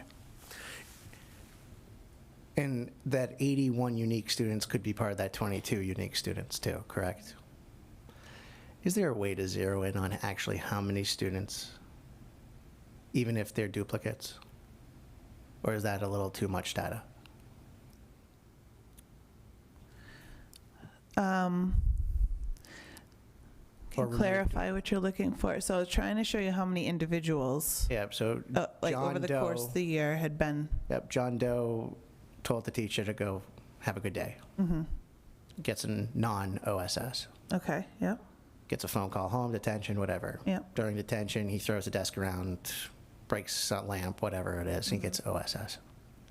He's being counted twice. Oh, in both columns? Yes. Okay, so you're saying combined? Combined and get removed duplicates? Yeah, we could do that.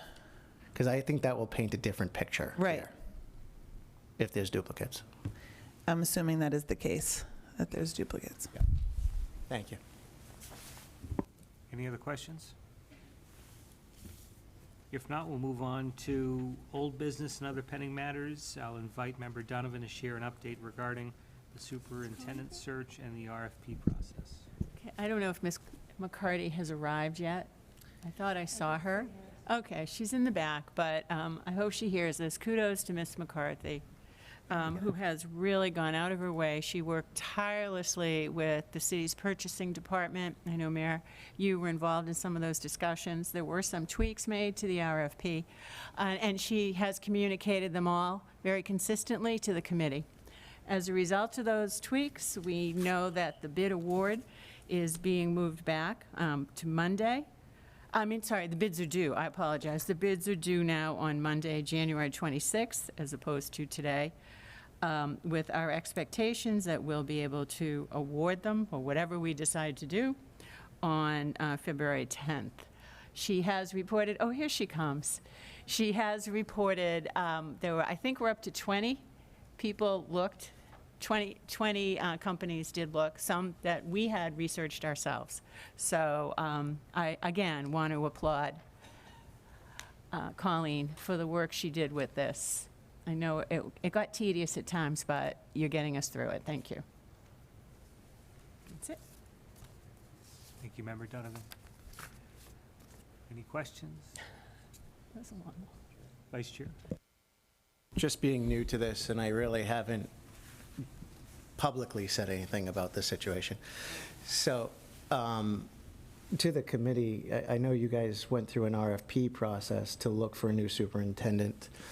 Is this the will of the current committee to continue with the idea that we're going to find the superintendent by July 1st, because there are a heck of a lot of superintendent searches going on out there. And I'm not sure if the city's prepared to waste that type of time to look for an actual superintendent or go with the mindset of an interim. So I'm just curious of where most of us sit, and I just want to get on board with the right decision. So just for some background, the thinking was to, late last year, prepare to attempt to set the table for a search process by going about this concept of settling on, the decision for an RFP, and then to bring in a consultant to assist us with the search. Now, of course, there have been a lot of changes, just given our circumstances in the district, that were not originally at play during those initial conversations. And so, I'll just be frank, I think, given all the change, the process and that discussion is kind of on its head right now. Okay. So I think it is on this new committee to establish that path forward. Now, I will say that one of the very intentional elements of this was the push to wait until we had a new committee seated before we get too far down the path. Now, granted, that also, as we referenced this at the time, presents these challenges as it relates to process and July 1st and getting things settled by then.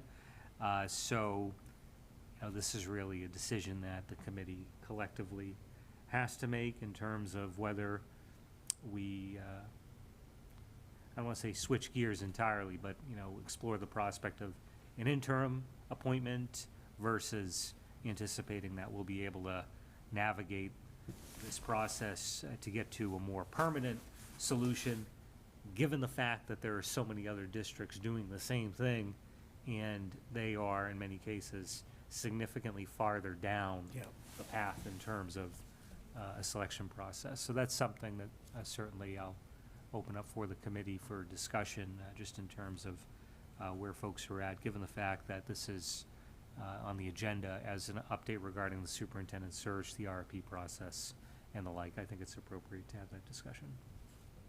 Thank you, and I'm all set. I won't ask any more questions about it. I just wanted to get the point. Thank you. Member Maxwell?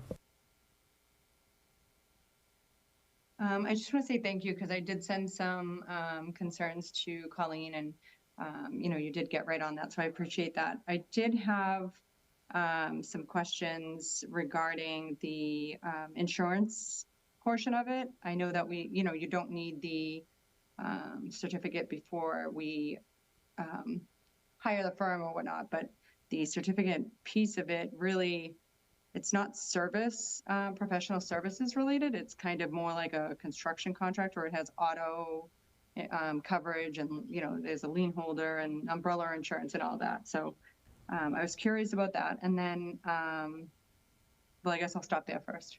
Member Maxwell, I can answer that question for you. So, sure, thank you. The thinking, especially over the course of the past few months, has been trying to get the city and schools on the same page as it relates to procurement and the contracting, like the template that's used for contracts and the like. And so something that is standard for all city contracts is the insurance aspect. So regardless of whether it's a service vendor, anything like that, the thinking is to have it all standardized and have that as part of the process here. So that's something that is simply due to the fact that we're following the city template, and that's something that's standard across all city contracts. So if a firm didn't have auto coverage, we wouldn't consider them?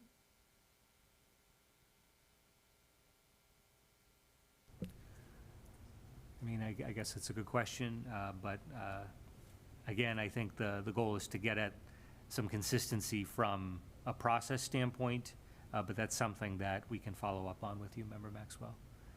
I don't Okay. envision that something like that would necessarily be something that would preclude us from working with a particular vendor. I mean, if it's a requirement of their application, it would certainly count some people out if they don't have the coverage. Perhaps, but, I'll reiterate that this is something that has been discussed with the solicitor on the city side, especially, and so, we're at a point where, in terms of procurement and on the guidance of legal counsel on the city side, that's where we're at in terms of getting after this from a process standpoint. So that's something that I can certainly follow up with the solicitor regarding in terms of his thinking, but I don't have a specific answer to that for you tonight. Okay. And I recently watched the MASC presentation on superintendent and hiring of the superintendent, and they recommend that at least 2 school committee members sit on the search committee for the superintendent process. And I know that that was a discussion for us, and that was not included in the RFP. It was kind of just like a blanket, we're gonna have certain stakeholders, but committee members were not a piece of that. And I just wanted to suggest maybe looking further into that and changing that so that 2 members were put on the search committee for the superintendent. So, Member Maxwell, just to respond to that, at this point, we're in the process of trying to search for a consultant to come alongside of us. This isn't something where that is being formally established. I want to mention that I guess I'm trying to say not the template, but the overall gist of what we were looking for was circulated among committee members and determined as a committee collectively. There were some committee members that I don't believe, and Ms. McCarthy, correct me if I'm wrong, some members didn't necessarily respond to that, but nevertheless, it was based on a consensus of the committee, and that was the main reason why we brought that conversation before the committee, thinking that it would be best to have buy-in from the group as a collective body and be transparent about the process of formulating the RFP itself, so that folks were involved from soup to nuts, just for clarification publicly. Mr. Chairman. Yeah, I just, coming from MASC and having, I know we haven't had our meeting on what we're going to have them kind of come in and consult us on next, but I think that may be an option, because there was a lot of information in that maybe we weren't aware of before we agreed to, the terms that we agreed to. So I'm not saying that it's wrong, and I'm not saying that it's not the right way. I'm just saying maybe we can reconsider that when the time comes around. Thank you for your feedback, Member Maxwell. Member Willett? Thank you. I mean, this would be, I've had experiences with 4 superintendents. And at times I witnessed in the community that there was a rush to approve a superintendent's contract. And I think it came from the school committee. So I rather have a new approach to this process, have the metrics in place, have an independent consulting firm. I am in no rush at all. I want to establish a solid foundation. I want to involve the newer members of the committee. And that's my mindset, is that I don't want to necessarily involve the school committee as part of this process. Ultimately, we'll take the votes at certain checkpoints, but I don't want to have a process where we have 2 members potentially monopolizing the process. I'm not interested in that. I've witnessed it in the past. If you want to talk about it as politics, I want to make it as independent as possible. If I see names on the search committee that I'm not liking, I will call that out. I want diversity included. We're a majority minority district, and I think we need Hispanic representation in that search committee. I'll be seeking that. Gender is going to be a factor. People that have a stake in our school system, so maybe people with decades of experience, I defer to them. The audit was very revealing that we have major issues. And again, part of it, I'm going to take ownership as a school committee member that maybe we need to go in a different direction in this process. And ultimately, if we don't find the candidates, let's say we have a certain group of finalists, and we're not happy with that, my most important thing is also to have continuity of the administration, that we have stability in the central office, and I'm geared towards that too. I want to work with my colleagues. But to me, when you talk about automatically appointing someone from the committee, to me, it's automatically a red flag. Let's have the process go forward. We have strong foundation. We have strong metrics. We're going to have these consulting firms. We're going to have a bid process, okay? We've gone through this, the city side and the school side and our respective councils. Human resources, she's very much involved in it, veteran status. My expectation is to have minority representation, gender representation, and people with decades of experience involved in the school system, okay, beyond even me. So that would be my expectation. Thank you. Member Donovan? If I may, only, and I'll be brief, I know it's my second time. Everyone brought a lot of good thoughts to this table tonight. When we finally open the bids, do our rubric, we might say, or we may default just because it's too expensive, all those things. There's so many reasons. I think at that point, we all have to make a decision together. Do we need to go with an interim? Because the events of the last few weeks, it's in our rear window now.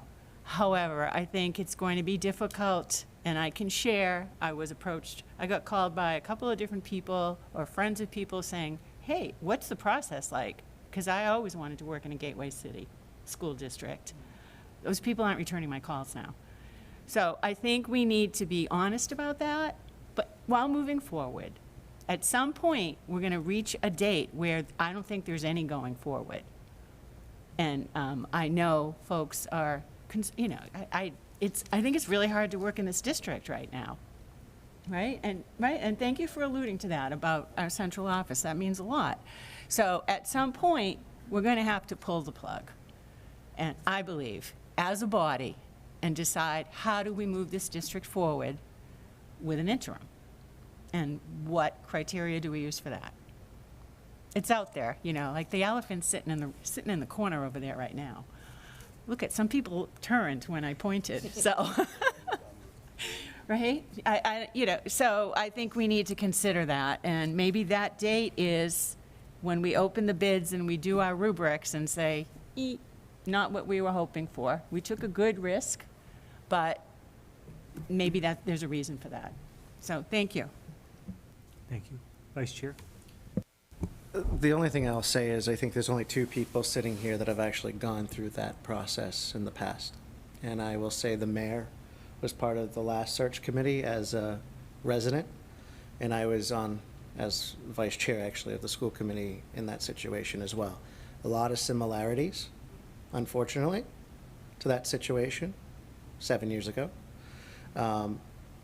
What everyone just said is 100% correct. You think one thing right now, a week from now, it's a whole different story. The number of candidates you receive, the ones that back out after interviews, after they got through the search committee, you thought they were the 100% option, last hour, it changes. And I also, and again, don't take this the wrong way either, we don't know if we have someone internally. This is probably going to be someone that's going to have to move or relocate or be a new member of this community, potentially. I mean, I know what I want. But that's something we got to look long and hard. Are we past that date of those people looking? Or we got July 1st when someone in Georgetown, Virginia goes, you know what, I hated my year here. Maybe I should go look online and see what's going on. And that whole new round of employees and ideas and candidates are hitting the market. I just don't want Methuen to say, hey, that could have been our superintendent, and that person coming in is given the wrong shot right off the back if we rush it.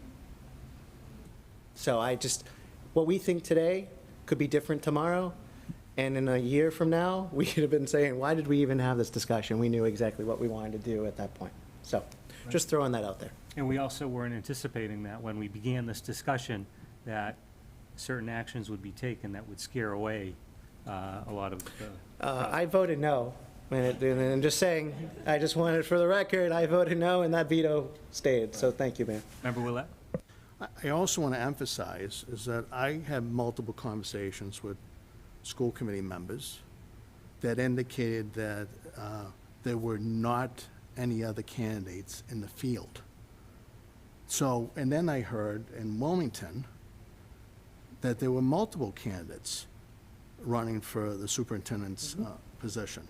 Yeah. So that kind of dismissed the premise is that we needed to have either the status quo or there wasn't competition or we wouldn't be able to entice people.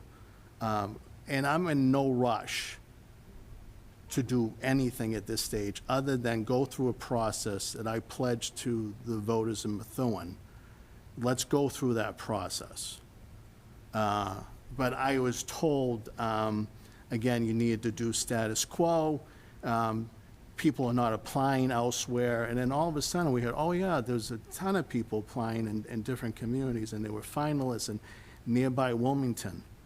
And then all of a sudden I said, oh, wait a minute, that whole house of cards got knocked over.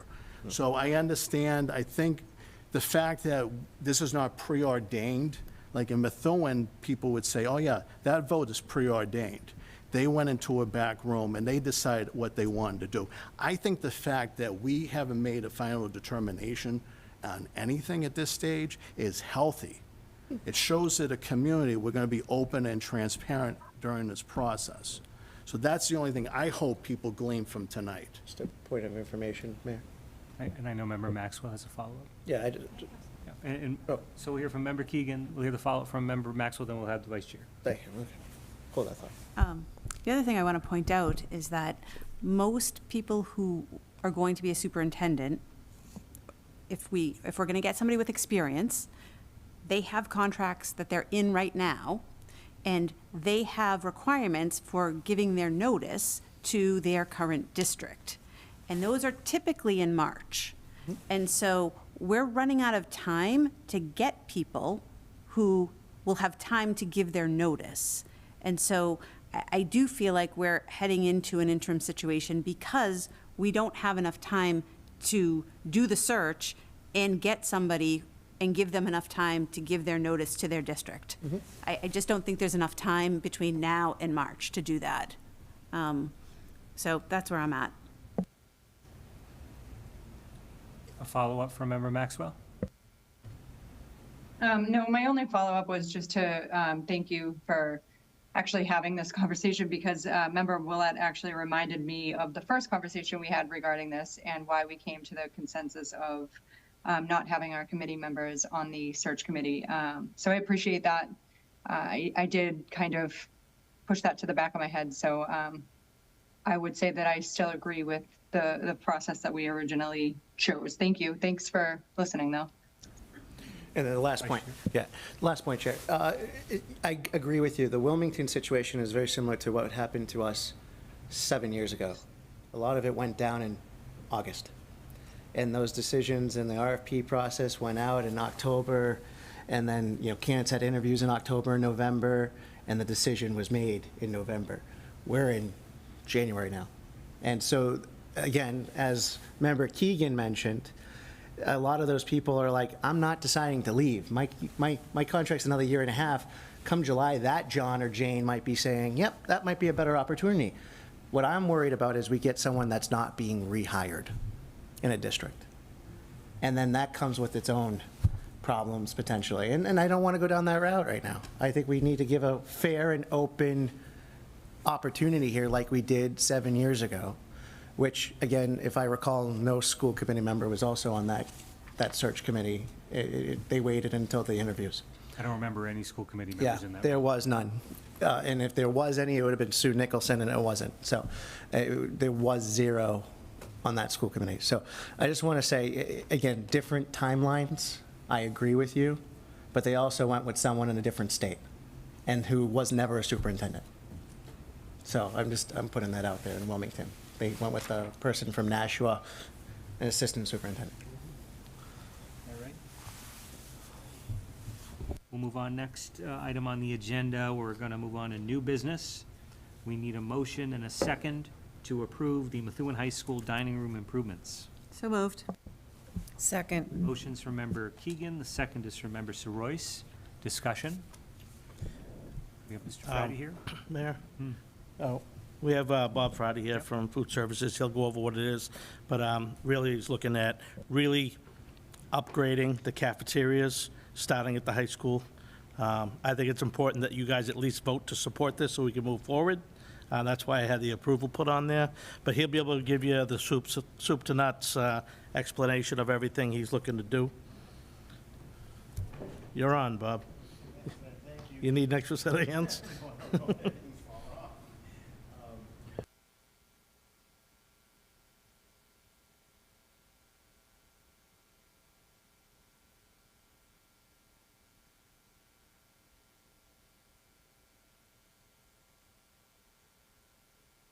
I can't hear anything.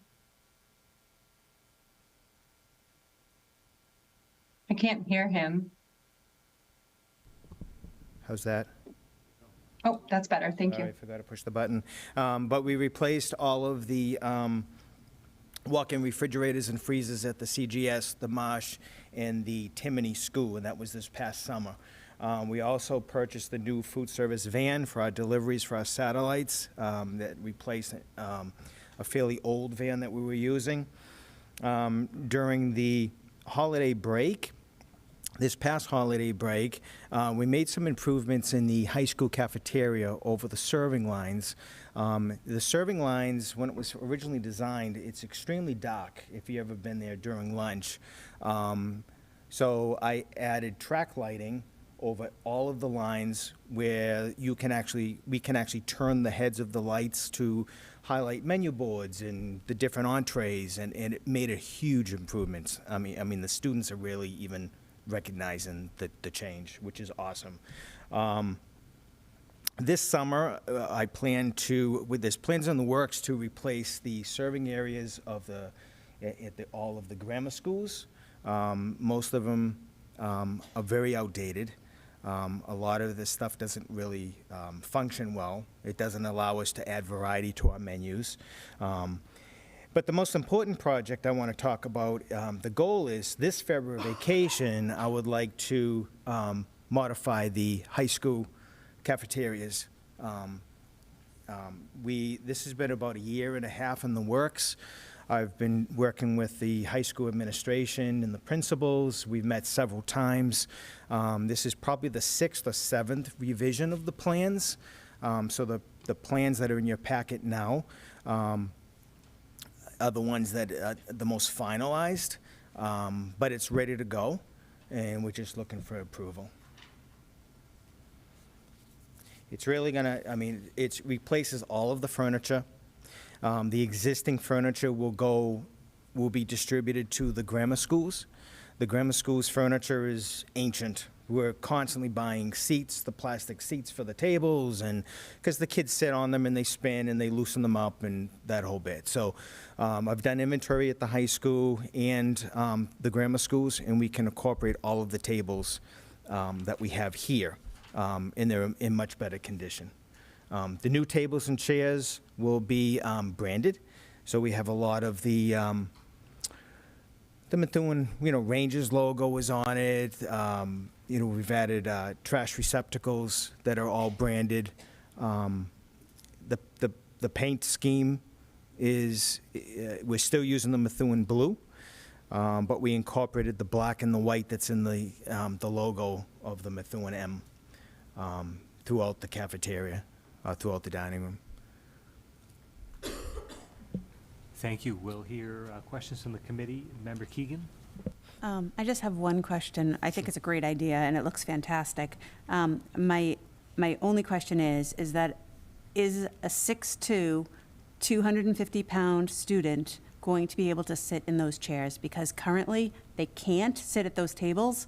So I just want to make sure that if we're adding new tables and furniture, that the students are actually going to be able to sit in them. Yeah, great question, because I can't even sit in some of those chairs downstairs. They're all benches. These are designed for high school age level. And they also, it's a proprietary, the company's name is Amtab. It's proprietary, so they have like an actual piston, so that these tables, you can use literally just one hand to put those tables up, because it's all on a spring or whatever. Yeah, it's designed for a high school student. Perfect, thank you. You're welcome. Vice Chair? Thank you, Bob. This is great. I like the layout and look at it. Thank you. Is this going to increase capacity at all? Because I know there's a problem right now about capacity. Yep, it does. It does increase the overall capacity. We're also adding additional tables in the main lobby. Yeah. So I know that's where the seniors will usually eat during lunch. So it did, I think it was like 20-something tables, more than what we have currently now. Did you guys look into the high tops around the windows, like bar stool seating, like with the table and you're facing the windows? Yeah, we went back and forth with that. Yeah. We had some 4 seats, high top tables, and then during the revisions, the staff, the administration staff didn't want them. Okay. Plus, we really couldn't maximize capacity, the seating capacity with those tables. Okay. Thank you. I'm all set. Perfect. Design. Thank you. Member Maxwell? I just have 2 questions. One, how much is this going to cost? The cost is $372,000. And is that already in our budget? It is already in the food service budget, and the funds are there. Yes. And with the expansion, will students still be eating or needing to eat in the media center? Or will there be enough seating to accommodate? So we've maximized the space that we currently have. So I would assume that you would still have to use the media center. You're talking like 1,800 students with only 3 meal periods. So if you do the math, you're talking over 600 kids are eating each meal period. It's crowded. Like, that serving line is crowded. When they designed this building many years ago, they really didn't look for the future, I think. That whole serving area should have been a lot bigger. But we do well. We get the kids in and out as quick as we can. I mean, the staff here are just amazing. And you're looking to do that this year? February vacation. And the plan B would be April vacation. If we didn't make the mark with the deadline and everything, we would go to the April vacation. Okay. And you said 373,000, correct? 372, and I forget the exact number, but 372,000. What are we looking at? How is this going to be make it a better situation than it is now? I'm sorry, Member Maxwell, I didn't hear the question. How is this going to make it a better situation than it is now? I'm just asking because I know you said that it won't expand, like kids will still have to eat in the media center, and there's just so many, and I understand that, but doing these renovations at that price, what is going to be the benefit? I think just the overall dining experience. I think that when a student comes, they should, they have that 15 or 20 minutes or 30 minutes to enjoy lunch outside of the academic studies. I think that it's a way of them to be able to relax and to network with friends, and it's going to give a much better environment. I mean, if you go down there now, it's pretty plain. This is definitely going to add some value, and I think that the students are going to, think of it, they're going to have a better dining experience. So this is just to aesthetically make the cafeteria better. There's no actual benefit to the students. Depends what student you talk to.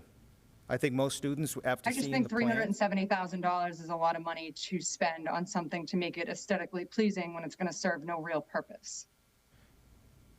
yeah, I think if you go around to other school districts, I think you're going to find that their schools are much better, their dining rooms are much better than what we have.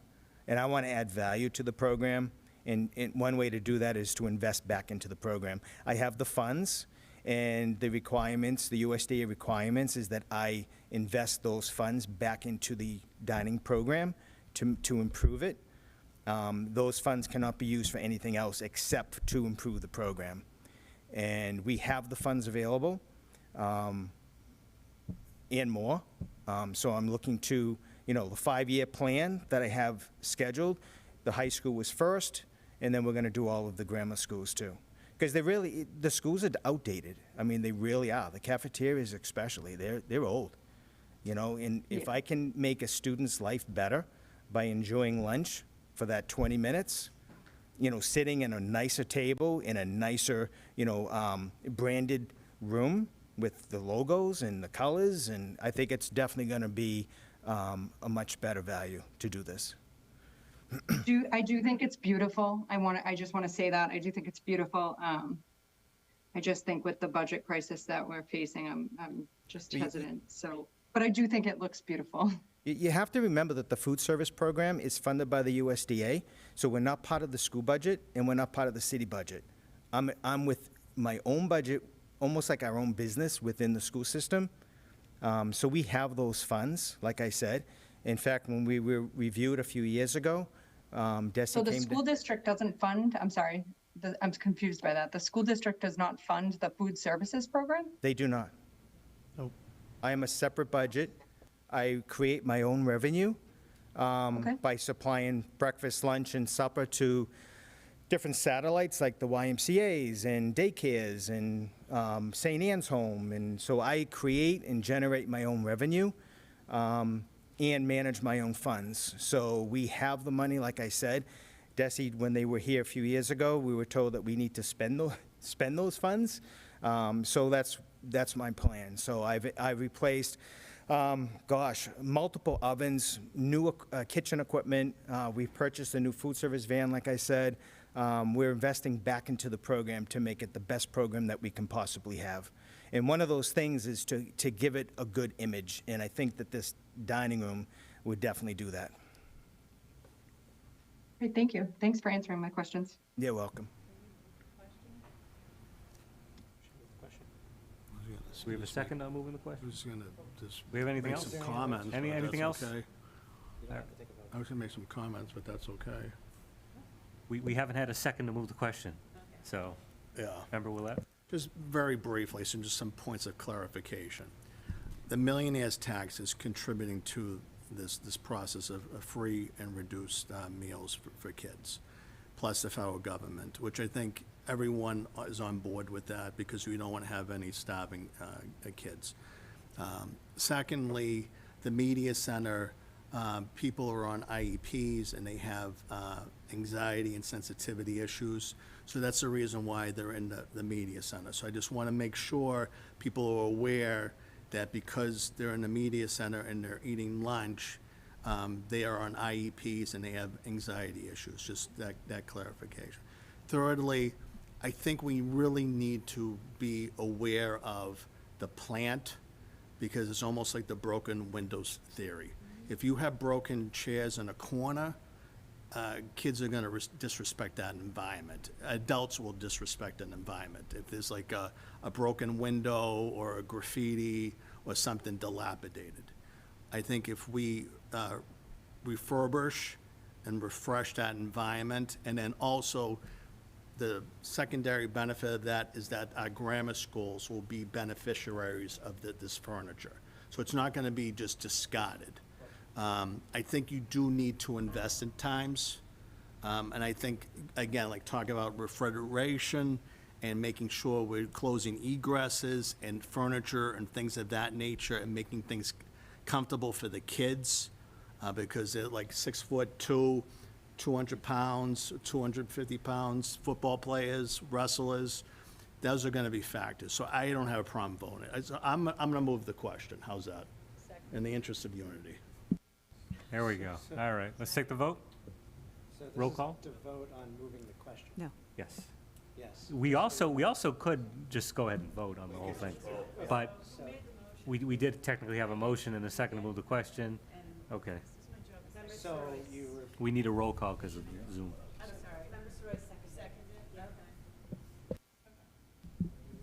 Go ahead and. Just move the motion. Thank you. Thank you. Member Sorois. Yes. Member Keegan. Yes. Member Willett. Yes. Member Donovan. Yes. Member Maxwell. Yes. Member DeZoglio is a yes. Chair. Yes. Unanimous. Are we good now? Oof. All right. So we'll move on to the student food survey results. Do we have any questions from the committee while we have Mr. Friday here? Member Willett? I just, very quickly, the hour's late. I'm very appreciative that we've done the survey. It was very comprehensive. I don't know if Ian was part of that process. There were glowing reviews for our cafeteria workers. I want to emphasize that. I know there's going to be suggestions for improvements. You'll take that into consideration. Overall, I think that the kids are satisfied, but there are also some items that could be tinkered with. I don't think fish is that popular, so, but I think if we can do this on an annual basis, That's I think exactly that's my plan. also should be included as part of our outreach at customer service. And that's basically it. Thank you. Member Royce? I just wanted to thank Mr. Friday and Ms. Noun. You've done a fantastic job. Thank you. I think it's great. I know I'm going off topic from the previous one, but I think your whole plan is fantastic. I feel like the cafeteria is one of the first impressions that people get when they come through the main office, the main entrance. And also, just an FYI, I know the cafeteria is used for other purposes besides the student lunches. I know that Dr. Golovsky mentioned that the competency determination check-in is going to be in the cafeterias. So I think it was a great idea and a great Thank plan. you. Thank you for everything you do. Thank you. Vice Chair? Thank you. This is, I loved the survey. I thought it was really good. The only thing I didn't see was, when was this survey executed? I just want to get a kind of an idea. I didn't, on the cover page, it doesn't say a date. Yeah, I do have a little slide presentation that'll probably take me 5 minutes to go through, but it was done in November. So right after everything It was kind of. right before Thanksgiving, I believe. Yeah, so I mean, there's a few things like cleanliness that it was like, that's probably like a tainted review because of all the news that was going on. So that's why I kind of held like a grain of salt to it.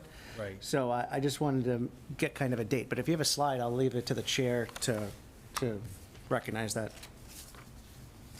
I'm all set. That was the only question I had. We'll hear from Member Maxwell.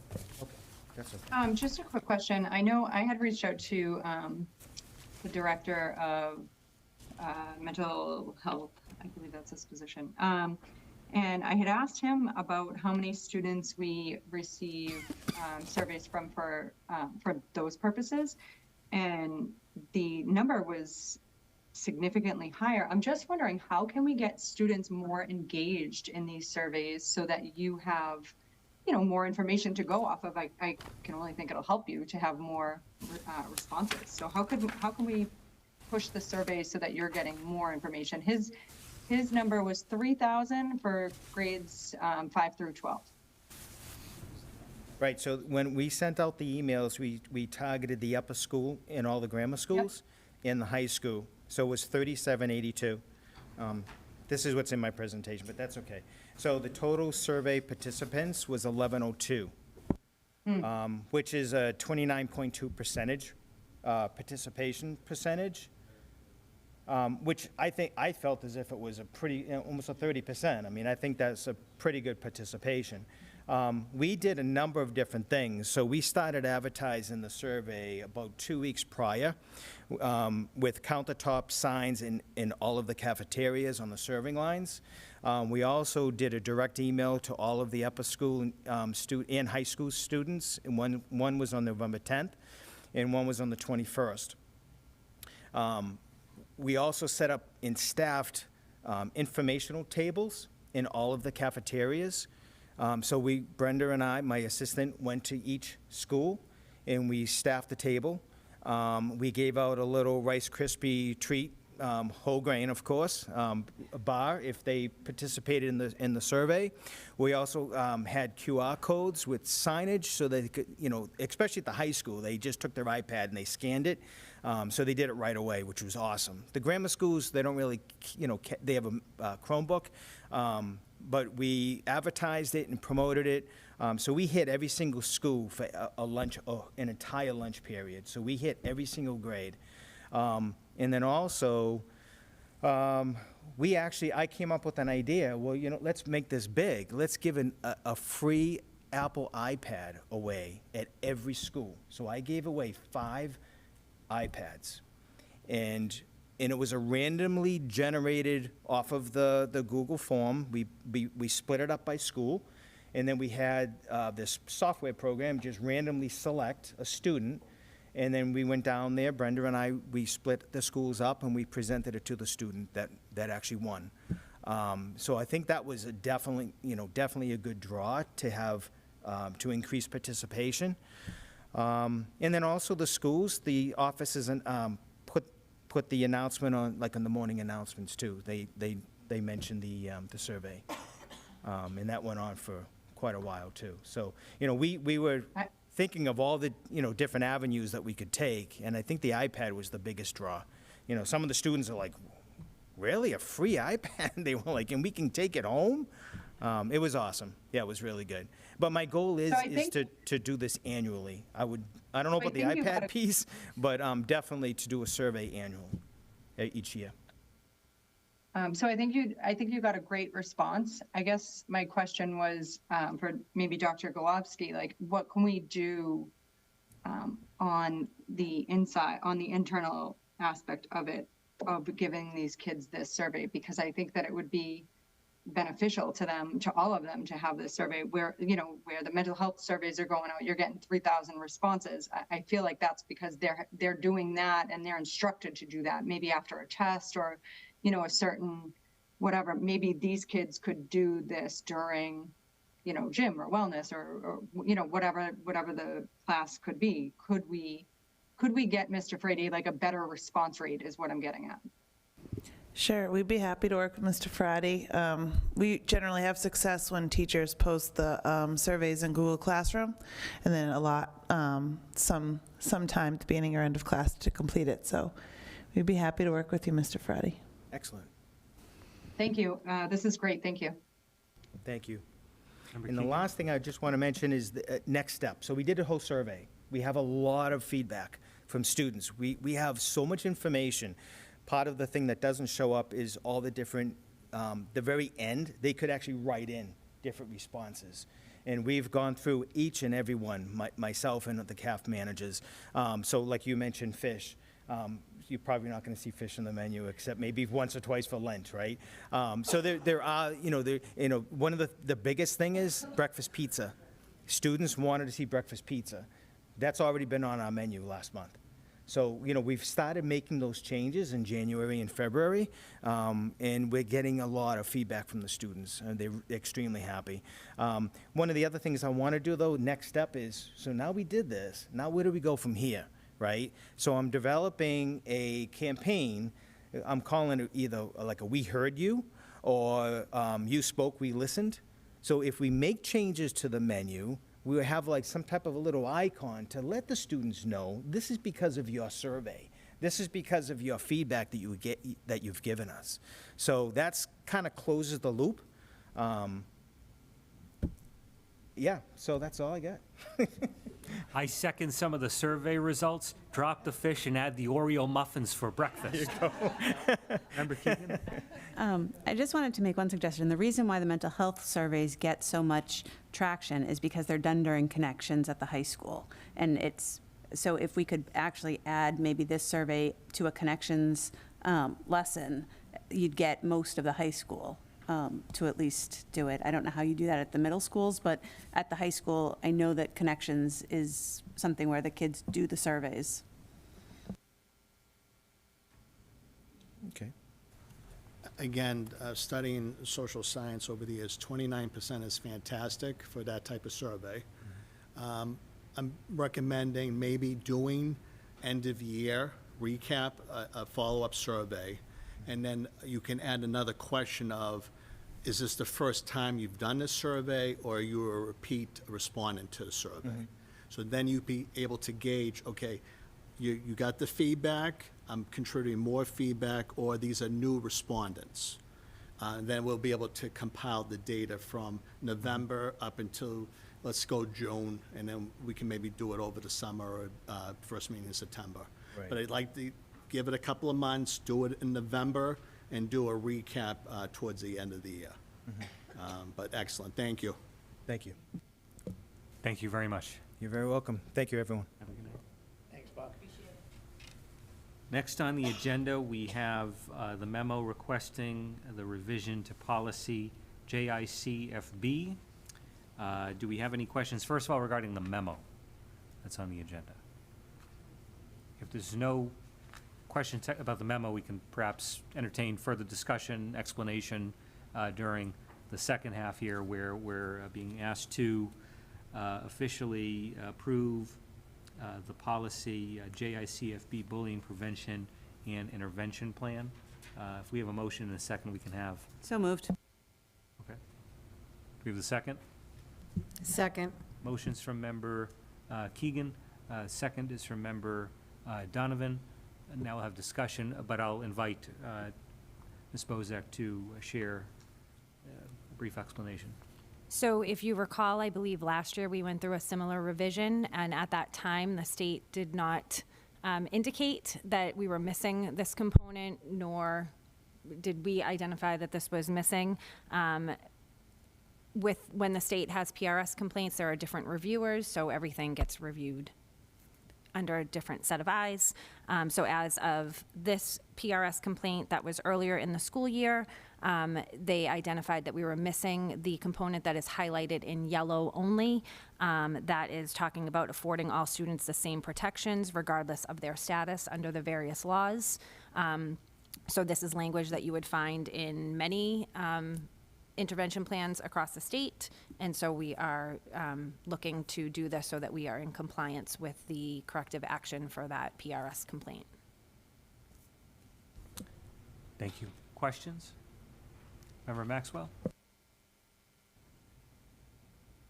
The only questions I have are, one, I know that we revised this and readopted it in 2024, and I know that we're supposed to revisit that every 2 years, so that would be this year,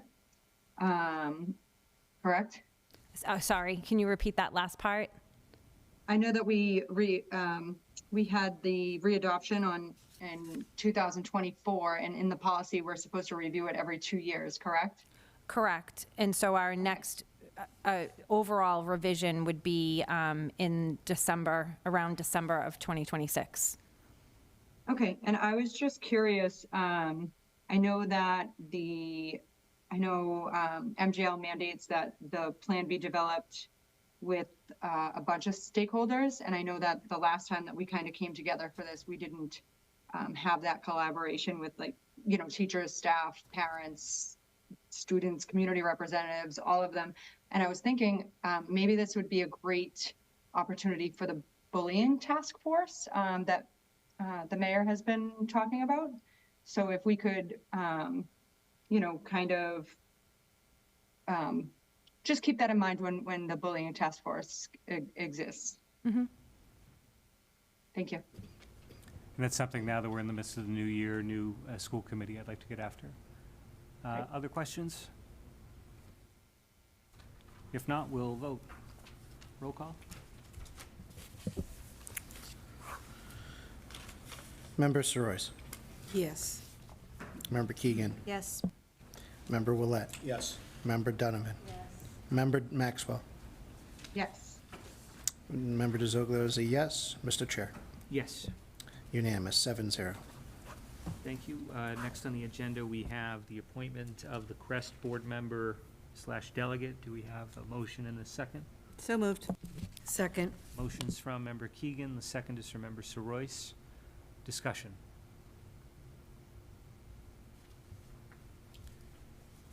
Vice Chair? I'm assuming this is the Assistant Superintendent acting being transitioned into this position, just to confirm? Yes, yes. Crest requires that there's a voting member, and in the absence of that person, Ms. Bozak would vote. So she did inquire with our current situation if she should be the voting member, and they said no. In fact, there needs to be, Two. yes, the superintendent. So just for a point of clarification, are we appointing both of them tonight, or because you're already appointed as the delegate, that stays? I'm just, I think she's the default delegate I'm the default regardless. regardless. Regardless. Okay, thank you. This would, to clarify, be for the acting superintendent. Yep. Any other questions? Roll call? Excuse me, Member Donovan? I did. In my position as secretary. Who moved? I was motion. You made the motion? Member Sorois was the second. Okay, I apologize. Okay. Ready to roll. Roll call. Member Sorois. Yes. Member Keegan. Yes. Member Willett. Yes. Member Donovan. Yes. Member Maxwell. Yes. Member DeZoglio recorded yes. Chair. Yes. Unanimous, 7-0. Okay. Vice Chair, next on the agenda, we have subcommittee nominations. First, we have the Budget / Finance Subcommittee. This is something that recently got off the ground Yeah. with holdover membership technically before this vote. We had a meeting to just begin the new year and get the, keep the ball rolling, so to speak. But we're technically going to take a vote on this. The subcommittee consists of myself, Member Donovan, Member Keegan. I'm going to ask for a motion and a second to appoint the Budget Finance Subcommittee formally tonight. So moved. Second. Member Keegan, member, is the motioning member, and then we have a second from Member Sorois. Any discussion? Again, as I mentioned, this is a committee that's in existence, and we're all returning members. We'll take a roll call vote. Member Sorois. Yes. Member Keegan. Yes. Member Willett. Yes. Member Donovan. Yes. Member Maxwell. Member Maxwell.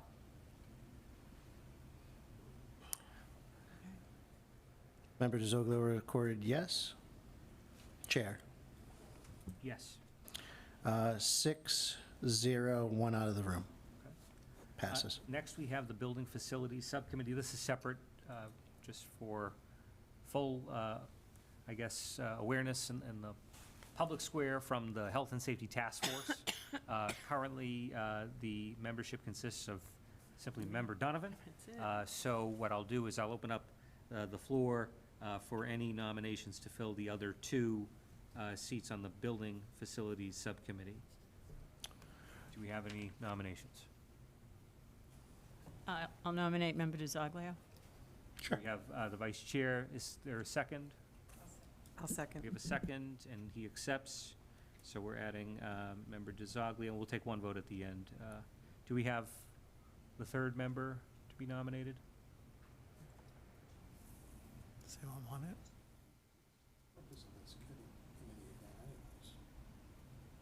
Building Facilities? Have a formal subcommittee for that?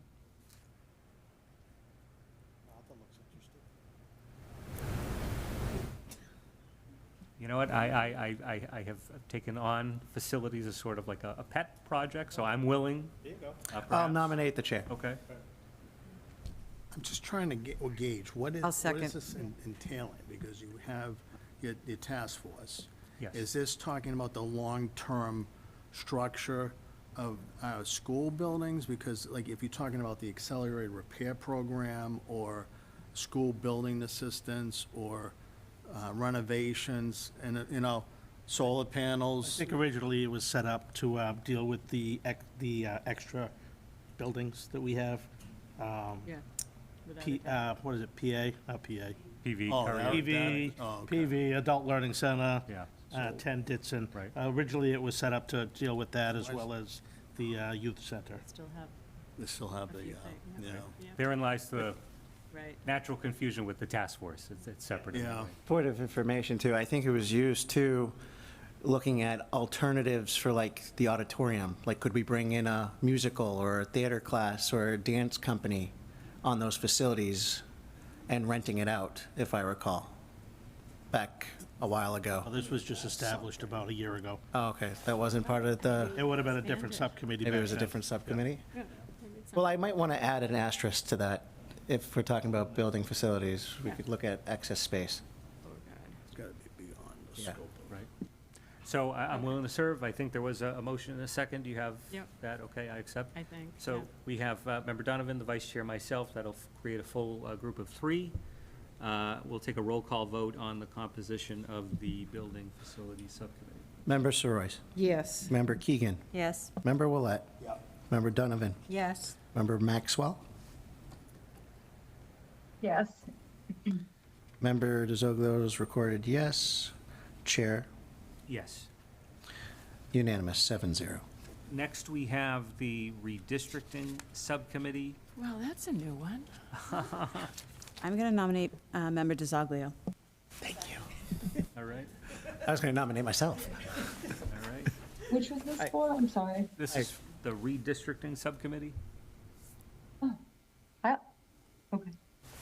created last year. I'll nominate Member Maxwell if she's interested. I'm interested. Yeah. I'll second. All right. So we have, this would round it out. I was appointed to this group last year. So we have myself, Vice Chair DeZoglio, and Member Maxwell. We'll take a roll call vote on the composition of the redistricting subcommittee. Member Soroyce. Yes. Member Keegan. Yes. Member Willett. Yes. Member Donovan. Yes. Member Maxwell. Yes. Vice Chair is a yes. Mr. Chair, Yes. unanimous, 7-0. All right. Next is the superintendent evaluation subcommittee. Currently exists of Member Keegan and Member Donovan, so we need to fill one open slot there. Do we have any? Can I just say, do we actually need it this year? Because we don't have a superintendent to evaluate.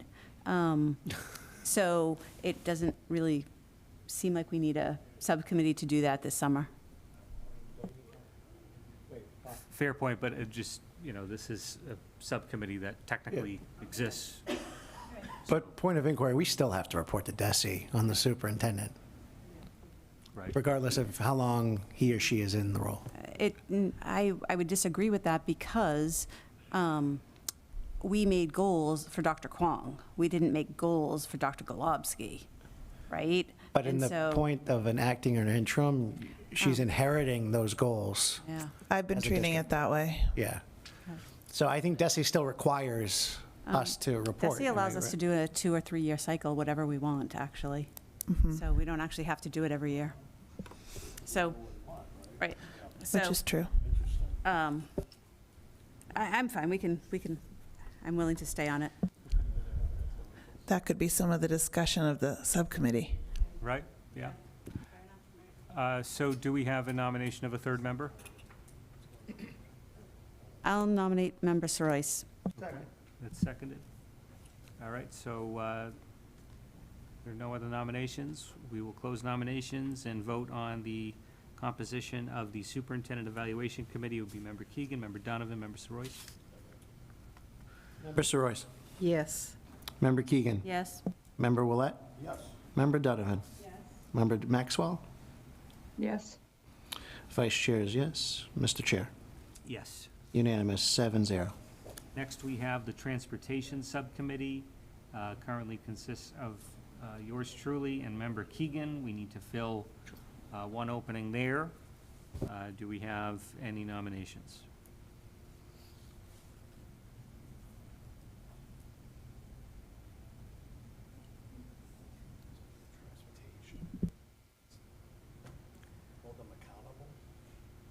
These are standing committees. I'll nominate Member Royce. Okay. Do we have a second? Oh, all right. Okay. All right, I withdraw my nomination, and I will nominate Member Willett. All right, very good. Okay. So let's have, just so I can make sure this is correct from a parliamentary standpoint, let's have a motion and a second to confirm the group here. So moved. All right, very good. So this will be myself, Member Keegan, and Member Willett. We'll take a roll call vote. Member Soroyce. Yes. Member Keegan. Yes. Member Willett. Yes. Member Donovan. Yes. Member Maxwell. Yes. Vice Chair is yes. Mr. Chair. Yes. Unanimous, 7-0. All right. Next, we have the Policy Subcommittee, currently consists of Member Keegan, Member Maxwell. We have an opening there. I'll open up nominations for the opening on Policy Subcommittee. I'd like to nominate Ms. Royce. Second. All right. Do you accept? Okay. All right. Okay. Any other nominations? If not, I'll close nominations. Let's have a formal motion and a second to. So moved. Okay. Second. Motions from the Vice Chair, seconds from Member Keegan. We'll take a roll call vote on the composition of the Policy Subcommittee. Member Soroyce. Yes. Member Keegan. Yes. Member Willett. Yes. Member Donovan. Yes. Member Maxwell. Yes. Vice Chair is yes. Mr. Chair. Yes. Can I just say something? We are actually missing one, and I know we can't vote on it because it's not on the agenda, but we need it on the agenda as soon as possible, and that is the custodians negotiating team. Right. So we'll add that to the next agenda. Just for the record, 7-0 on that Thank you. subcommittee. Thank you. I just want to make sure. Thank you. All right, so next is Finance and Operations. We have the December expenditure report and the revolving funds report. Are there any questions regarding those reports? Member Willett? Just my regular entreaty to the administration, and that includes the mayor. We have $63,000 in that Methuen High School parking account. It should be dedicated to public safety needs. I know I spoke to the vice chair about some ideas. Maybe we could have, through the city solicitor, broaching, because if you're going from a parking area into a building, that could be a good application of that account, but I definitely want to deplete that within a matter of the next couple of months. And some type of, at least give me a plan. Thank you. Thank you. And just to build off that, I did request at the next meeting that we have the chief here to have a safety conversation in executive session where it should be. And I also think, I know you have your public safety task force. I think safety for the schools may be an appropriate subcommittee in the future. So I think that's a discussion that we will have at the next meeting, but I just wanted you to be aware, off of what you've brought up, that I do anticipate that being on the next meeting. Thank you. Yeah. Any, Member Maxwell? I just have a question regarding the revolving accounts. That's where we're at, correct? Correct. Okay. The facility rentals, I know you're working on it, and I know I've asked you for the breakdown of that, but I'm curious why we've only received 25,000 to date. I know that our schools get rented out all the time. I feel like that should be a higher number. Just a matter of when the checks come in. I'll double check, but we'll send out invoices. The checks I might miss it by a week or two when the big checks come in. Usually the Methuen Youth usually sends us a check like once a month. I probably missed it, as well as the gentleman who rents out Brand Street, Victor Wilkins. But I'll double check to make sure I didn't miss anything. Okay. And is there a flat rate for facility rental or like depending on school or? For the most part, the Methuen Youth pretty much just covers our custodial when there's overtime. So I believe it's $55 an hour to cover the custodial overtime. And at Branch Street, I believe it's $80 an hour. It's a little bit more. They're covering more than just the custodian. And so that's overtime for the custodians? Aren't the custodians in the building regardless? Which one are you referring to? I guess any of them, I don't know. The way it all of the operates right grammar now is schools, during the correct? week, we don't pay anyone overtime at the buildings. We don't pay anyone overtime. It's staff coverage. On weekends, when we have to open up the buildings where we're normally closed, we do charge overtime. The people who use Branch Street do not need, I mean, there's a custodian in the building, in the central office building, not necessarily in the gym building. So we don't pay anyone overtime to cover that at night. So during the week specifically, you don't charge anybody to use the facilities because we already have the custodians on staff? Well, Methuen Youth, but say, trying to think of another group rents out the cafeteria or a gym or whatever, it's $100 per hour. I gotcha. Like if an Okay. outside group rents it. So they're not really paying for overtime issues until it like rolls into the weekend or something like that? Correct. Okay. All right, thank you.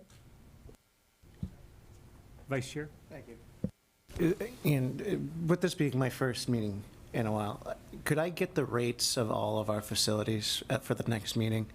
Yes. And when was the last time the committee reviewed it and looked at increases versus? Well, we're going to be doing that real soon. I have a meeting set for Wednesday to go over the facility rental policy specifically around the auditoriums. Yeah. So I'll be bringing that to you for an update. No, it's crazy to think we're at like 13 years since the high school's renovations. The Performing Arts Center was supposed to be rented out all the time. I don't know how we've done over the years. I know we've had some controversial shows come and go. And we've also been able to rent it out to like dance studios and stuff like that. Correct. I mean, so I would like to know where we are at. We had everybody wanting to use it. And what was happening is our school events were being canceled so that dance competitions could come in on weekends. And there was a lot of give and take working with the school. We've cut way back on people coming in using the auditorium so that our kids can. Yeah. We still do have some groups come in and, you know, we do okay, but it's I know at one point, maybe when you were on last time, the envision, it was going to be a big money maker. Like Collins Center. And we were going to bring in, you know, orchestras and stuff like that. But then our kids couldn't use it. So I mean, I like to think we're a school first, rental facility second. And when you're bringing in those outside groups, there's a lot of wear and tear on the facility as a whole. Yeah, I just remember the Collins Center just redid their whole facility at a multi-million-dollar project. I do want to explore it again, even if it's off year, like, you know, the like June, July, August timeframe. There's a lot of good things that could happen. Comedians, I know, like, you know, Lenny Clark was just at PBD High in Danvers High a few weeks ago. So I just know things like that. We can look at it. Yeah, thank you. Any other discussion? If not, we will move on to the December grants report. Any questions from the committee regarding the grants report? If not, we will move on to the student activity accounts. They're outlined by school on the agenda. And I do want to Any note, the agenda says it's December reports. They're actually for November. We don't receive the December reports, and I think we just got them this week, actually. So it's just a typo. It should say November for the student activity accounts. Sure. Member Maxwell? Can I rewind for a minute and go back to the grants report? I'm sorry. There's a line here that's the Homeless Emergency State Fund. You had a date, and then remaining balance. Okay, so the remaining balance is 1.2 million. Would that be helpful in that first I can't remember what it was, but Ms. Bozak was talking about transportation for something. Correct. Can that be used for that? Any money we received over the last several years for homeless, specifically for Pelham Street or any other homeless reimbursement we get from the state, we've been able to put into that account. We can use that. We've been using it for homeless transportation as well as additional supplies for kids as they move in, et cetera. So yes, we will be relying on that, absolutely. So that 55,000 plus, that could be covered here? Yes, that would be part of it, yes. Okay, thank you. All right, we'll move on to we were on the student activity accounts. We'll move on to the food services report. Any questions from the committee regarding food services report? Going once, going twice. All right, we'll move on to the warrant reports. Any questions from the committee? Vice Chair? I just like seeing that Munis is working for you guys. Seems like we're still having development issues at the city side, so glad it's working for the school. It's a work in progress. Member Maxwell? I don't remember which warrant it was in, but there was a warrant where TNTP was paid about 54,000, and it said the note next to it said curriculum instruction or something like that. Can you just explain that? Sure, that's the, TNTP is the vendor that we were assigned to work with through the PRISM grant.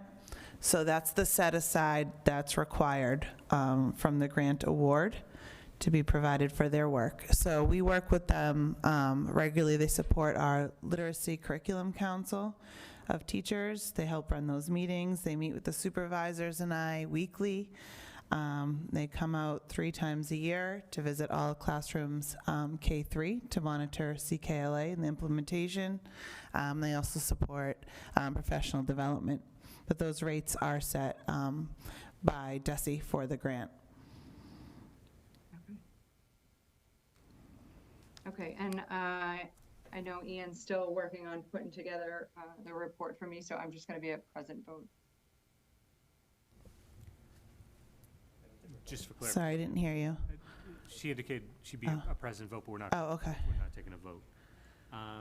Next on the We're not agenda, taking a vote on the warrants? we aren't required to do that. We were required to do that last year. Why are we not required to do that anymore? So that's something that we never had to do at any point. That was added to the agenda, but it's not something that we are actually required to do. Oh, okay. We do have to, as school committee members, sign off on them, but not necessarily vote. Next, we have contract approval. There are none on the agenda. Next is acceptance of new fiscal year 26 grant awards. None on the agenda. Next, we have notifications of appointments and other personnel matters. We need a motion and a second to approve 1 new preschool teacher and 1 preschool program assistant. So moved. Second. Motions from Member Keegan, seconds from Member Soroyce. Discussion, this is regarding the Early Childhood Center. Member Maxwell? Just one question. The integrated preschool teacher, it says salaries range from 54,000 to 107,000. And I'm just curious why there's such a gap there where, like, you know, the next position is like 30 to 36,000. This one has a $52,000 difference. So the teacher is based on the Unit A contract, so depending on their degree or in years of experience where they're placed on the scale, so we wanted to give that range. Okay, thank you. You're welcome. Vice Chair? Point of inquiry to, actually, whoever can answer it. I currently utilize this program. Is there any impact or anything unethical about voting for this tonight? Just to get your perspective. I think I'm just approving a position, right? Correct, no, it has no bearing on your financial. Okay, So- I just want to make sure or anything like that. Nope. Personal gain or anything, thank you. Any other questions? If not, we'll take a vote. This is a vote on the request for staffing as an early childhood center first. Member Soroyce. Yes. Member Keegan. Yes. Member Willett. Yes. Member Donovan. Member Maxwell. Yes. Vice Chair is yes. Mr. Chair. Yes. 7-0. Next on the agenda, we have a request for one-to-one program assistant here at the high school. So moved. Do we have a second? Second. Motions from Member Keegan, seconds from the Vice Chair. Discussion? There's no discussion. We'll vote. Member Soroyce. Yes. Member Keegan. Yes. Member Willett. Yes. Member Donovan. Member Maxwell. Yes. Vice Chair is a yes. Mr. Chair. Yes. 7-0. All right, that passes. What I'm going to do, just out of an abundance of caution, not to mention, we're also going to have an executive session. I'm going to ask for a motion in a second now to approve going past 9 o'clock. So moved. Second. All right, motions from the Vice Chair, seconds from Member Willett. Any discussion? If not, we'll take a roll call on going past 9 o'clock. Member Soroyce. Yes. Member Keegan. Yes. Member Willett. Yes. Member Donovan. Member Maxwell. Yes. Vice Chair is a yes. Mr. Chair. Yes. 7-0. All right, next we're on to other business from the committee. I'll invite Member Donovan to share an update regarding our budget subcommittee. Yeah, very quickly, we had our first meeting of the new year. And while we wait for January 21st, which is the anticipated date for the cherry sheet to come out and governor's budget to follow, there's work being done. District leaders, as Dr. Golubsky had pointed out, they're looking at anticipated purchases, contracting, things that we need to think about. We hope from there to come up with a forward, a very purposeful timeline that will bring us to the end of the school year without the chaos and the last-minute planning. It was great to have our CAFO there, along with you, the mayor. So we have that going on. Dr. Golubsky is prepared to present a budget focused on our needs. So we'll go through, hopefully, just one budget that we'll be working with. We discussed areas where we could be generating revenue, and it will be discussed down the road, the courier and the PV, which we have talked about, turning that over or just making money off of it. And I think the most important thing is we hope to build some collaboration with our colleagues on the city council, and we'll be inviting them, once we know what the finance committee is all established, to meet with us a couple of times a year, once we get the cherry sheet numbers and once we know where we're headed, to just share some information so everybody knows what we are moving forward with. So we look forward to reaching out to our colleagues, the budget committee does, with the blessing of the committee. Very comprehensive update, thank you. Next, we have the request for discussion regarding the declaration of surplus for 10 Ditson Place. This is being requested by Member Keegan, so I'll turn the floor over to her. Yes, so last year, we had voted for Courier and PV to be released. The vote never happened for 10 Ditson Place because it was incorrectly put on the agenda, so we weren't able to make a vote. And so I just want to bring that back to people's minds, and given our budget cycle, the more we can get off our books, the more money we're going to have to spend on students. And currently, Ditson Place houses city departments, and they don't really pay rent. So it's not being used as a school building. We need to release it and move on as the building subcommittee had recommended. So I would like to get that on the agenda for an actual vote. And if there's any information that people want, now's the time to request it so that we can get it on for a vote next meeting. This will definitely be a good subject for the building facilities subcommittee, so that's good. Next, we... Chair, I just have a question. Yep. Dinston Place is the old central administration building.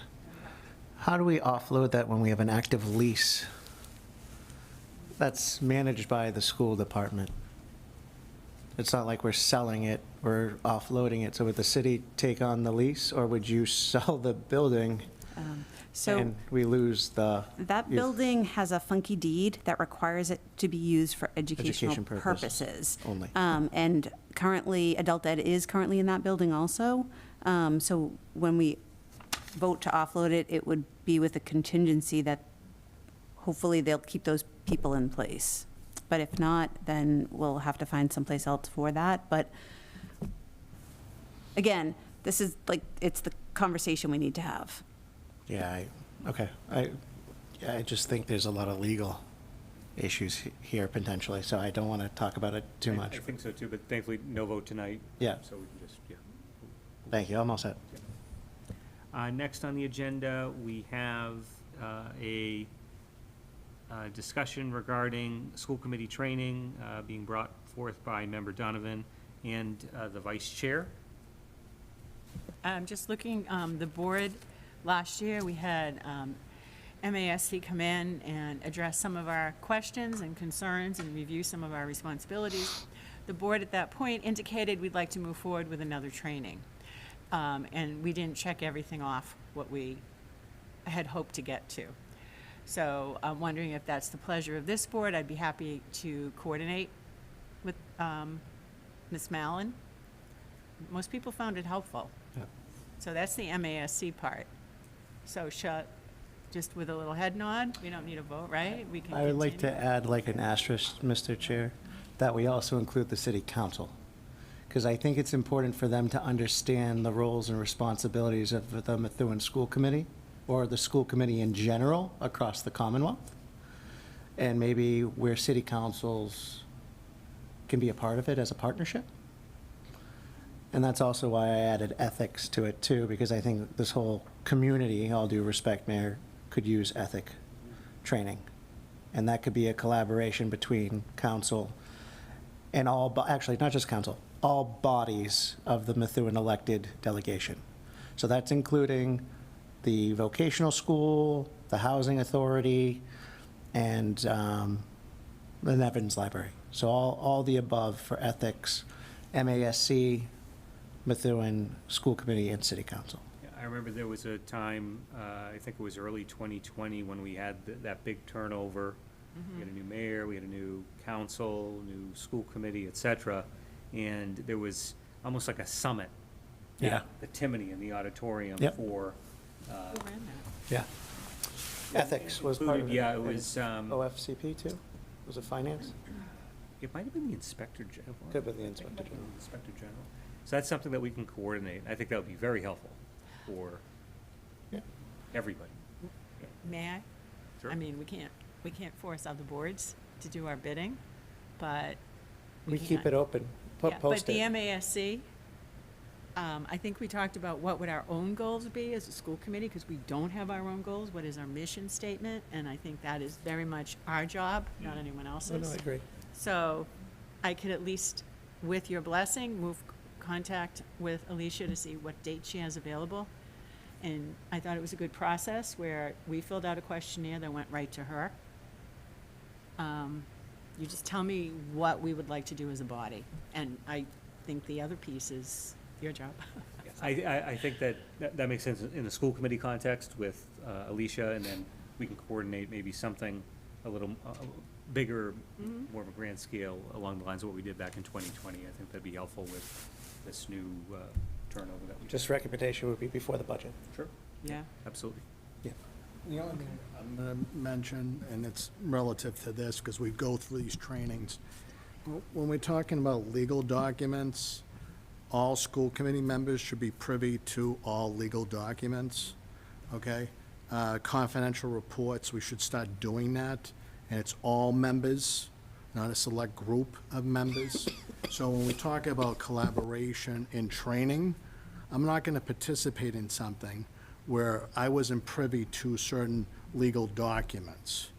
And then we didn't have consensus-driven dialogue or executive sessions on those matters. we had it before, then we had an incident. So I'm hoping to just have that train back on the rails again. So that's all. Thank you. Are you referring to the policy discussion? We'll talk about it. Any other questions or discussion? So did we pick a topic? I'm sorry, I'm just trying to follow. So Are there topics up for ideas? Like, is the superintendent search one, or is the ethical training, or are there any real topics that we could kind of bounce off of? Well, the thinking, Member Maxwell, was that Member Donovan would reach out to Alicia Mallon from MASC to coordinate some additional opportunities. And then separately, as the Vice Chair and I were just discussing here, hearkening back to early 2020 when we held at the Timony School Auditorium, it was almost like a summit for newly elected officials, but even for people who were returning, to be able to receive training along the lines of proper financial governance, ethics, and the like. I think Sean Cronin might have been involved with that at the time. So that's something that we're talking about on a broader scale that would include an opportunity for all electeds to take part in, again, along the lines of what we did roughly 6 years ago. Okay, and Member Donovan would be coordinating with Alicia, and would I don't want to say a survey because we don't need to do another survey, but would a survey type thing go out to discuss kind of, these are the topics that we would like to discuss, and we can pick from those? It's certainly at the pleasure of the board, but the survey items that she gave us last time, if you remember, I wasn't privy to it, but she sent out a survey and we checked off what we thought was most important. Okay, so you're just going to go from that survey? Well, I'm going to ask her what else. Advice. Okay? Okay. Yeah, and I'm sure, as Thank you. before, we would consult before we brought her in. That's all. I just wanted to know the topic. I didn't know if that was something I was missing. Okay, thank you. Next on the agenda, we have a discussion regarding the delivery and availability of school committee meeting packets. This was requested by the Vice Chair. Thank you. I'm not going to lie, prior to going to the city council, the school committee had Mr. Goslin dropping it off back in the day, if you recall, the packets. Not saying that's the way we want to do it, but I was told that the packets were dropped off to residents of the committee members up until like 2 or 3 months ago. I'm not sure if that's true, but I was told that we discontinue that. I'm fine with the digital version. I was able to request that I get an iPad or keep my iPad from the council to keep it digitally. I think there's an opportunity there for us to potentially use technology if we want to do digital, but if we want to continue with the packets, I do think it should be delivered to us instead of, unfortunately, us going all the way to Branch Street. I think that is an exercise that was done years, and I don't know why it was stopped, so I'll pause if there's reasons behind it or conversation to restart it. Because it was one additional thing I had to do, and so we could email it, it was a lot. So I'm fine with digitalizing it, and then if giving technology to everyone to utilize it. Right. But at the same time, we also have chargebacks. Is there a reason why we couldn't utilize the police department like the city council does? I think I don't want to speak for the city council, but I think the police department has better things to do than deliver my paperwork. I get it. I don't know. I would get it. never I'm not ask the trying police to ask for public dollars to be used against, but again, as public servants, I want to make sure everyone receives these packets at a timely manner. And for excuses to be, I didn't go pick up my packet and I got it tonight, all due respect, it shouldn't fly for anyone. So I was very lucky to get the packet from Member Keegan, who went and picked them up for us. I didn't realize they didn't get delivered. So We now have a courier. Yeah. So half the day he's custodian, half the day he's a courier. So anybody who needs one delivered on a Friday, because I believe they're posted Thursday night digitally, but anyone, and then they're printed out. So anybody who wants one delivered to their house, I'm sure we can arrange to have the courier go out and do that Friday morning. I appreciate it. And again, I'm not trying to look for Just have to special let us treatment. I know. just want to make sure everyone has the ability to get their packet. If you can go pick it up, great. If not, that should be an option to have it delivered. Or if you're like me, I'm fine with doing it digital. Correct, but you're utilizing your own technology and you're reading it on your own computer. The city council just got new laptops and iPads and cell phones. So I'm just saying, I'm not trying to one-up them. Wow. But I'm saying if we're gonna. Major leagues. If we're going to be utilizing digital packets, we should be able to do it on city devices in case we're ever foiered and that business is done on city property and not your personal laptops or cell phones. So I'm just saying, I've learned over the years that we should protect ourselves as committee members. Thank you. Member Keegan? I'm fine with the printing out. The only thing that I would request is that we have the warrant sent to us every week. There is no reason to have this much paper wasted for 7 of us and more. It's just a colossal waste of money. We could do so much more with that. We have the opportunity to read the warrants every single week. We can ask questions every single week. They're on here for transparency, but we're not voting on them. There's no need to be asking questions during the meeting even. It's just an acknowledgement of the warrant is what I was told. And so I would just request if we're going to print them out that we don't print the warrants because it's just a lot of paper. Right. Sounds like we need a subcommittee for this, potentially, Mr. Mayor. Please, for the love of God, no. So, I mean, I'm fine with digital, like I said, but I want the whole committee to have the ability to have an option. I don't want to speak out of turn, but if there's any school committee members who would like a Chromebook, maybe a gently used Chromebook to access the documents, I can definitely make that available if that's what the school committee wants. We won't be going out and doing a big lease to purchase new ones. But I'm sure we have some gently used ones, either iPads or Chromebooks. If you guys would like that, I can make that happen as well. Next, we have on the agenda a request from the vice chair to start the discussion on a brief to the city council as part of my report. Mr. Mayor, not to add more work, but prior to you and prior to late Mayor Perry, who kind of moved away from this, every mayor that I have ever served with and/or watched did a mayor's report with a subsection to the schools and gave the city council a true debrief on the previous meeting or anything that was going on at that time. I'm asking you the same request that you start doing that again. That I think it helps with the transparency, it shows that we're collaborating, and I think I even wrote that if you could provide the brief to us prior to that meeting, that would be helpful, but I'm not going to overstep just at this moment. I'm really just requesting that you add it to your mayor's report, a subsection for just schools.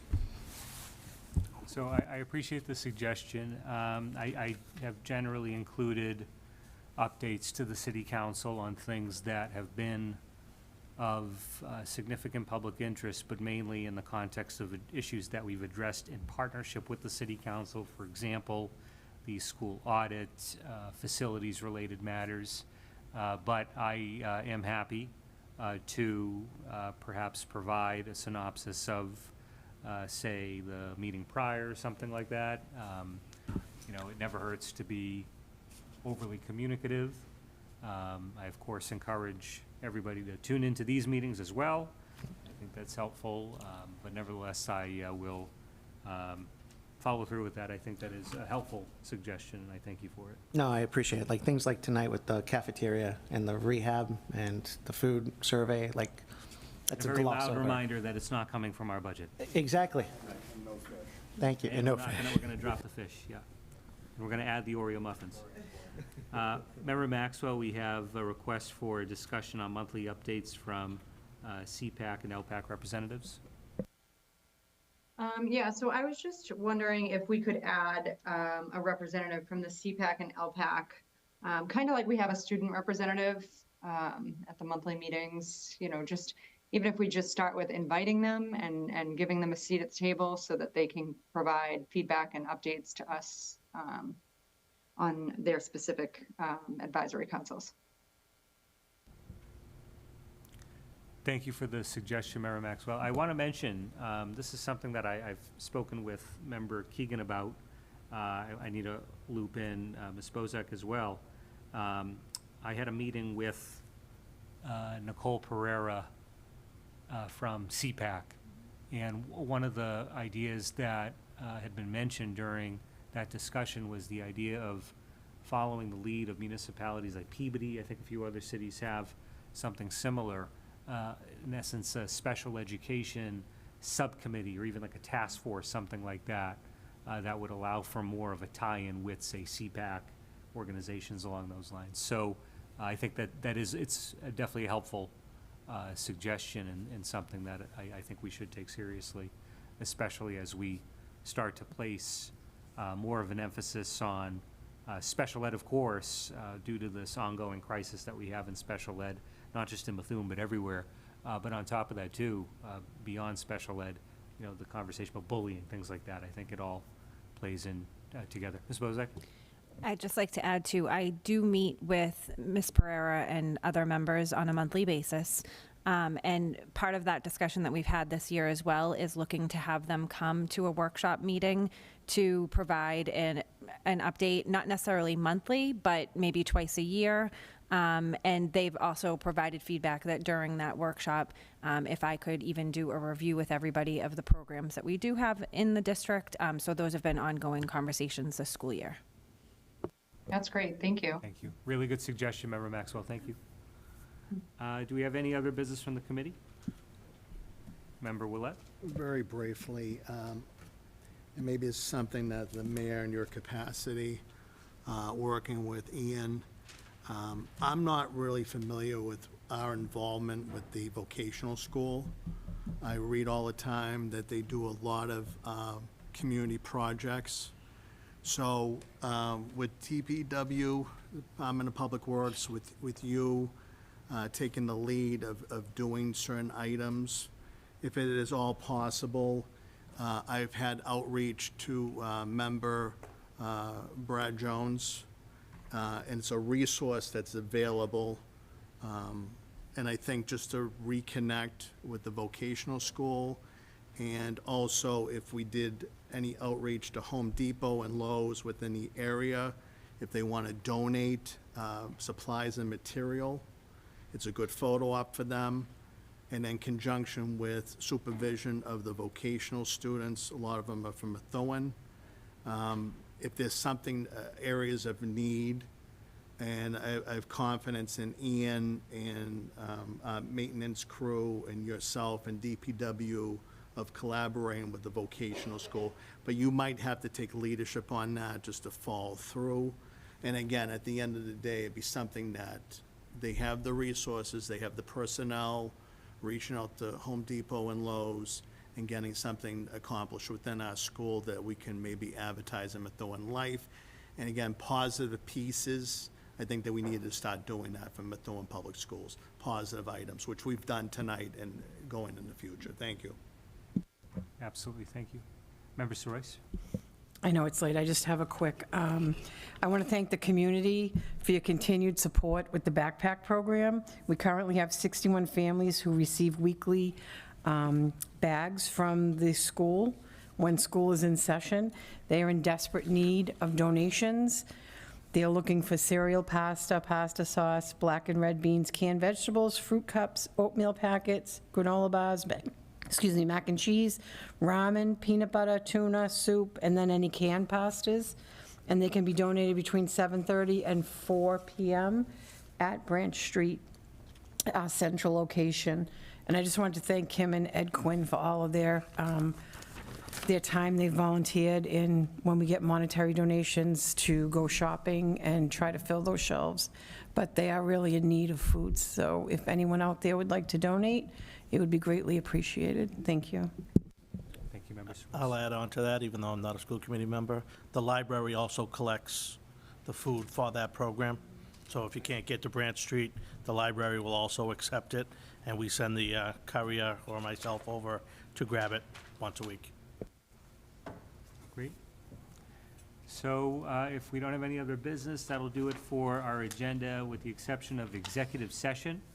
I'll read this for the record. After I finish, we'll need a motion and a second to enter executive session to discuss the following topics.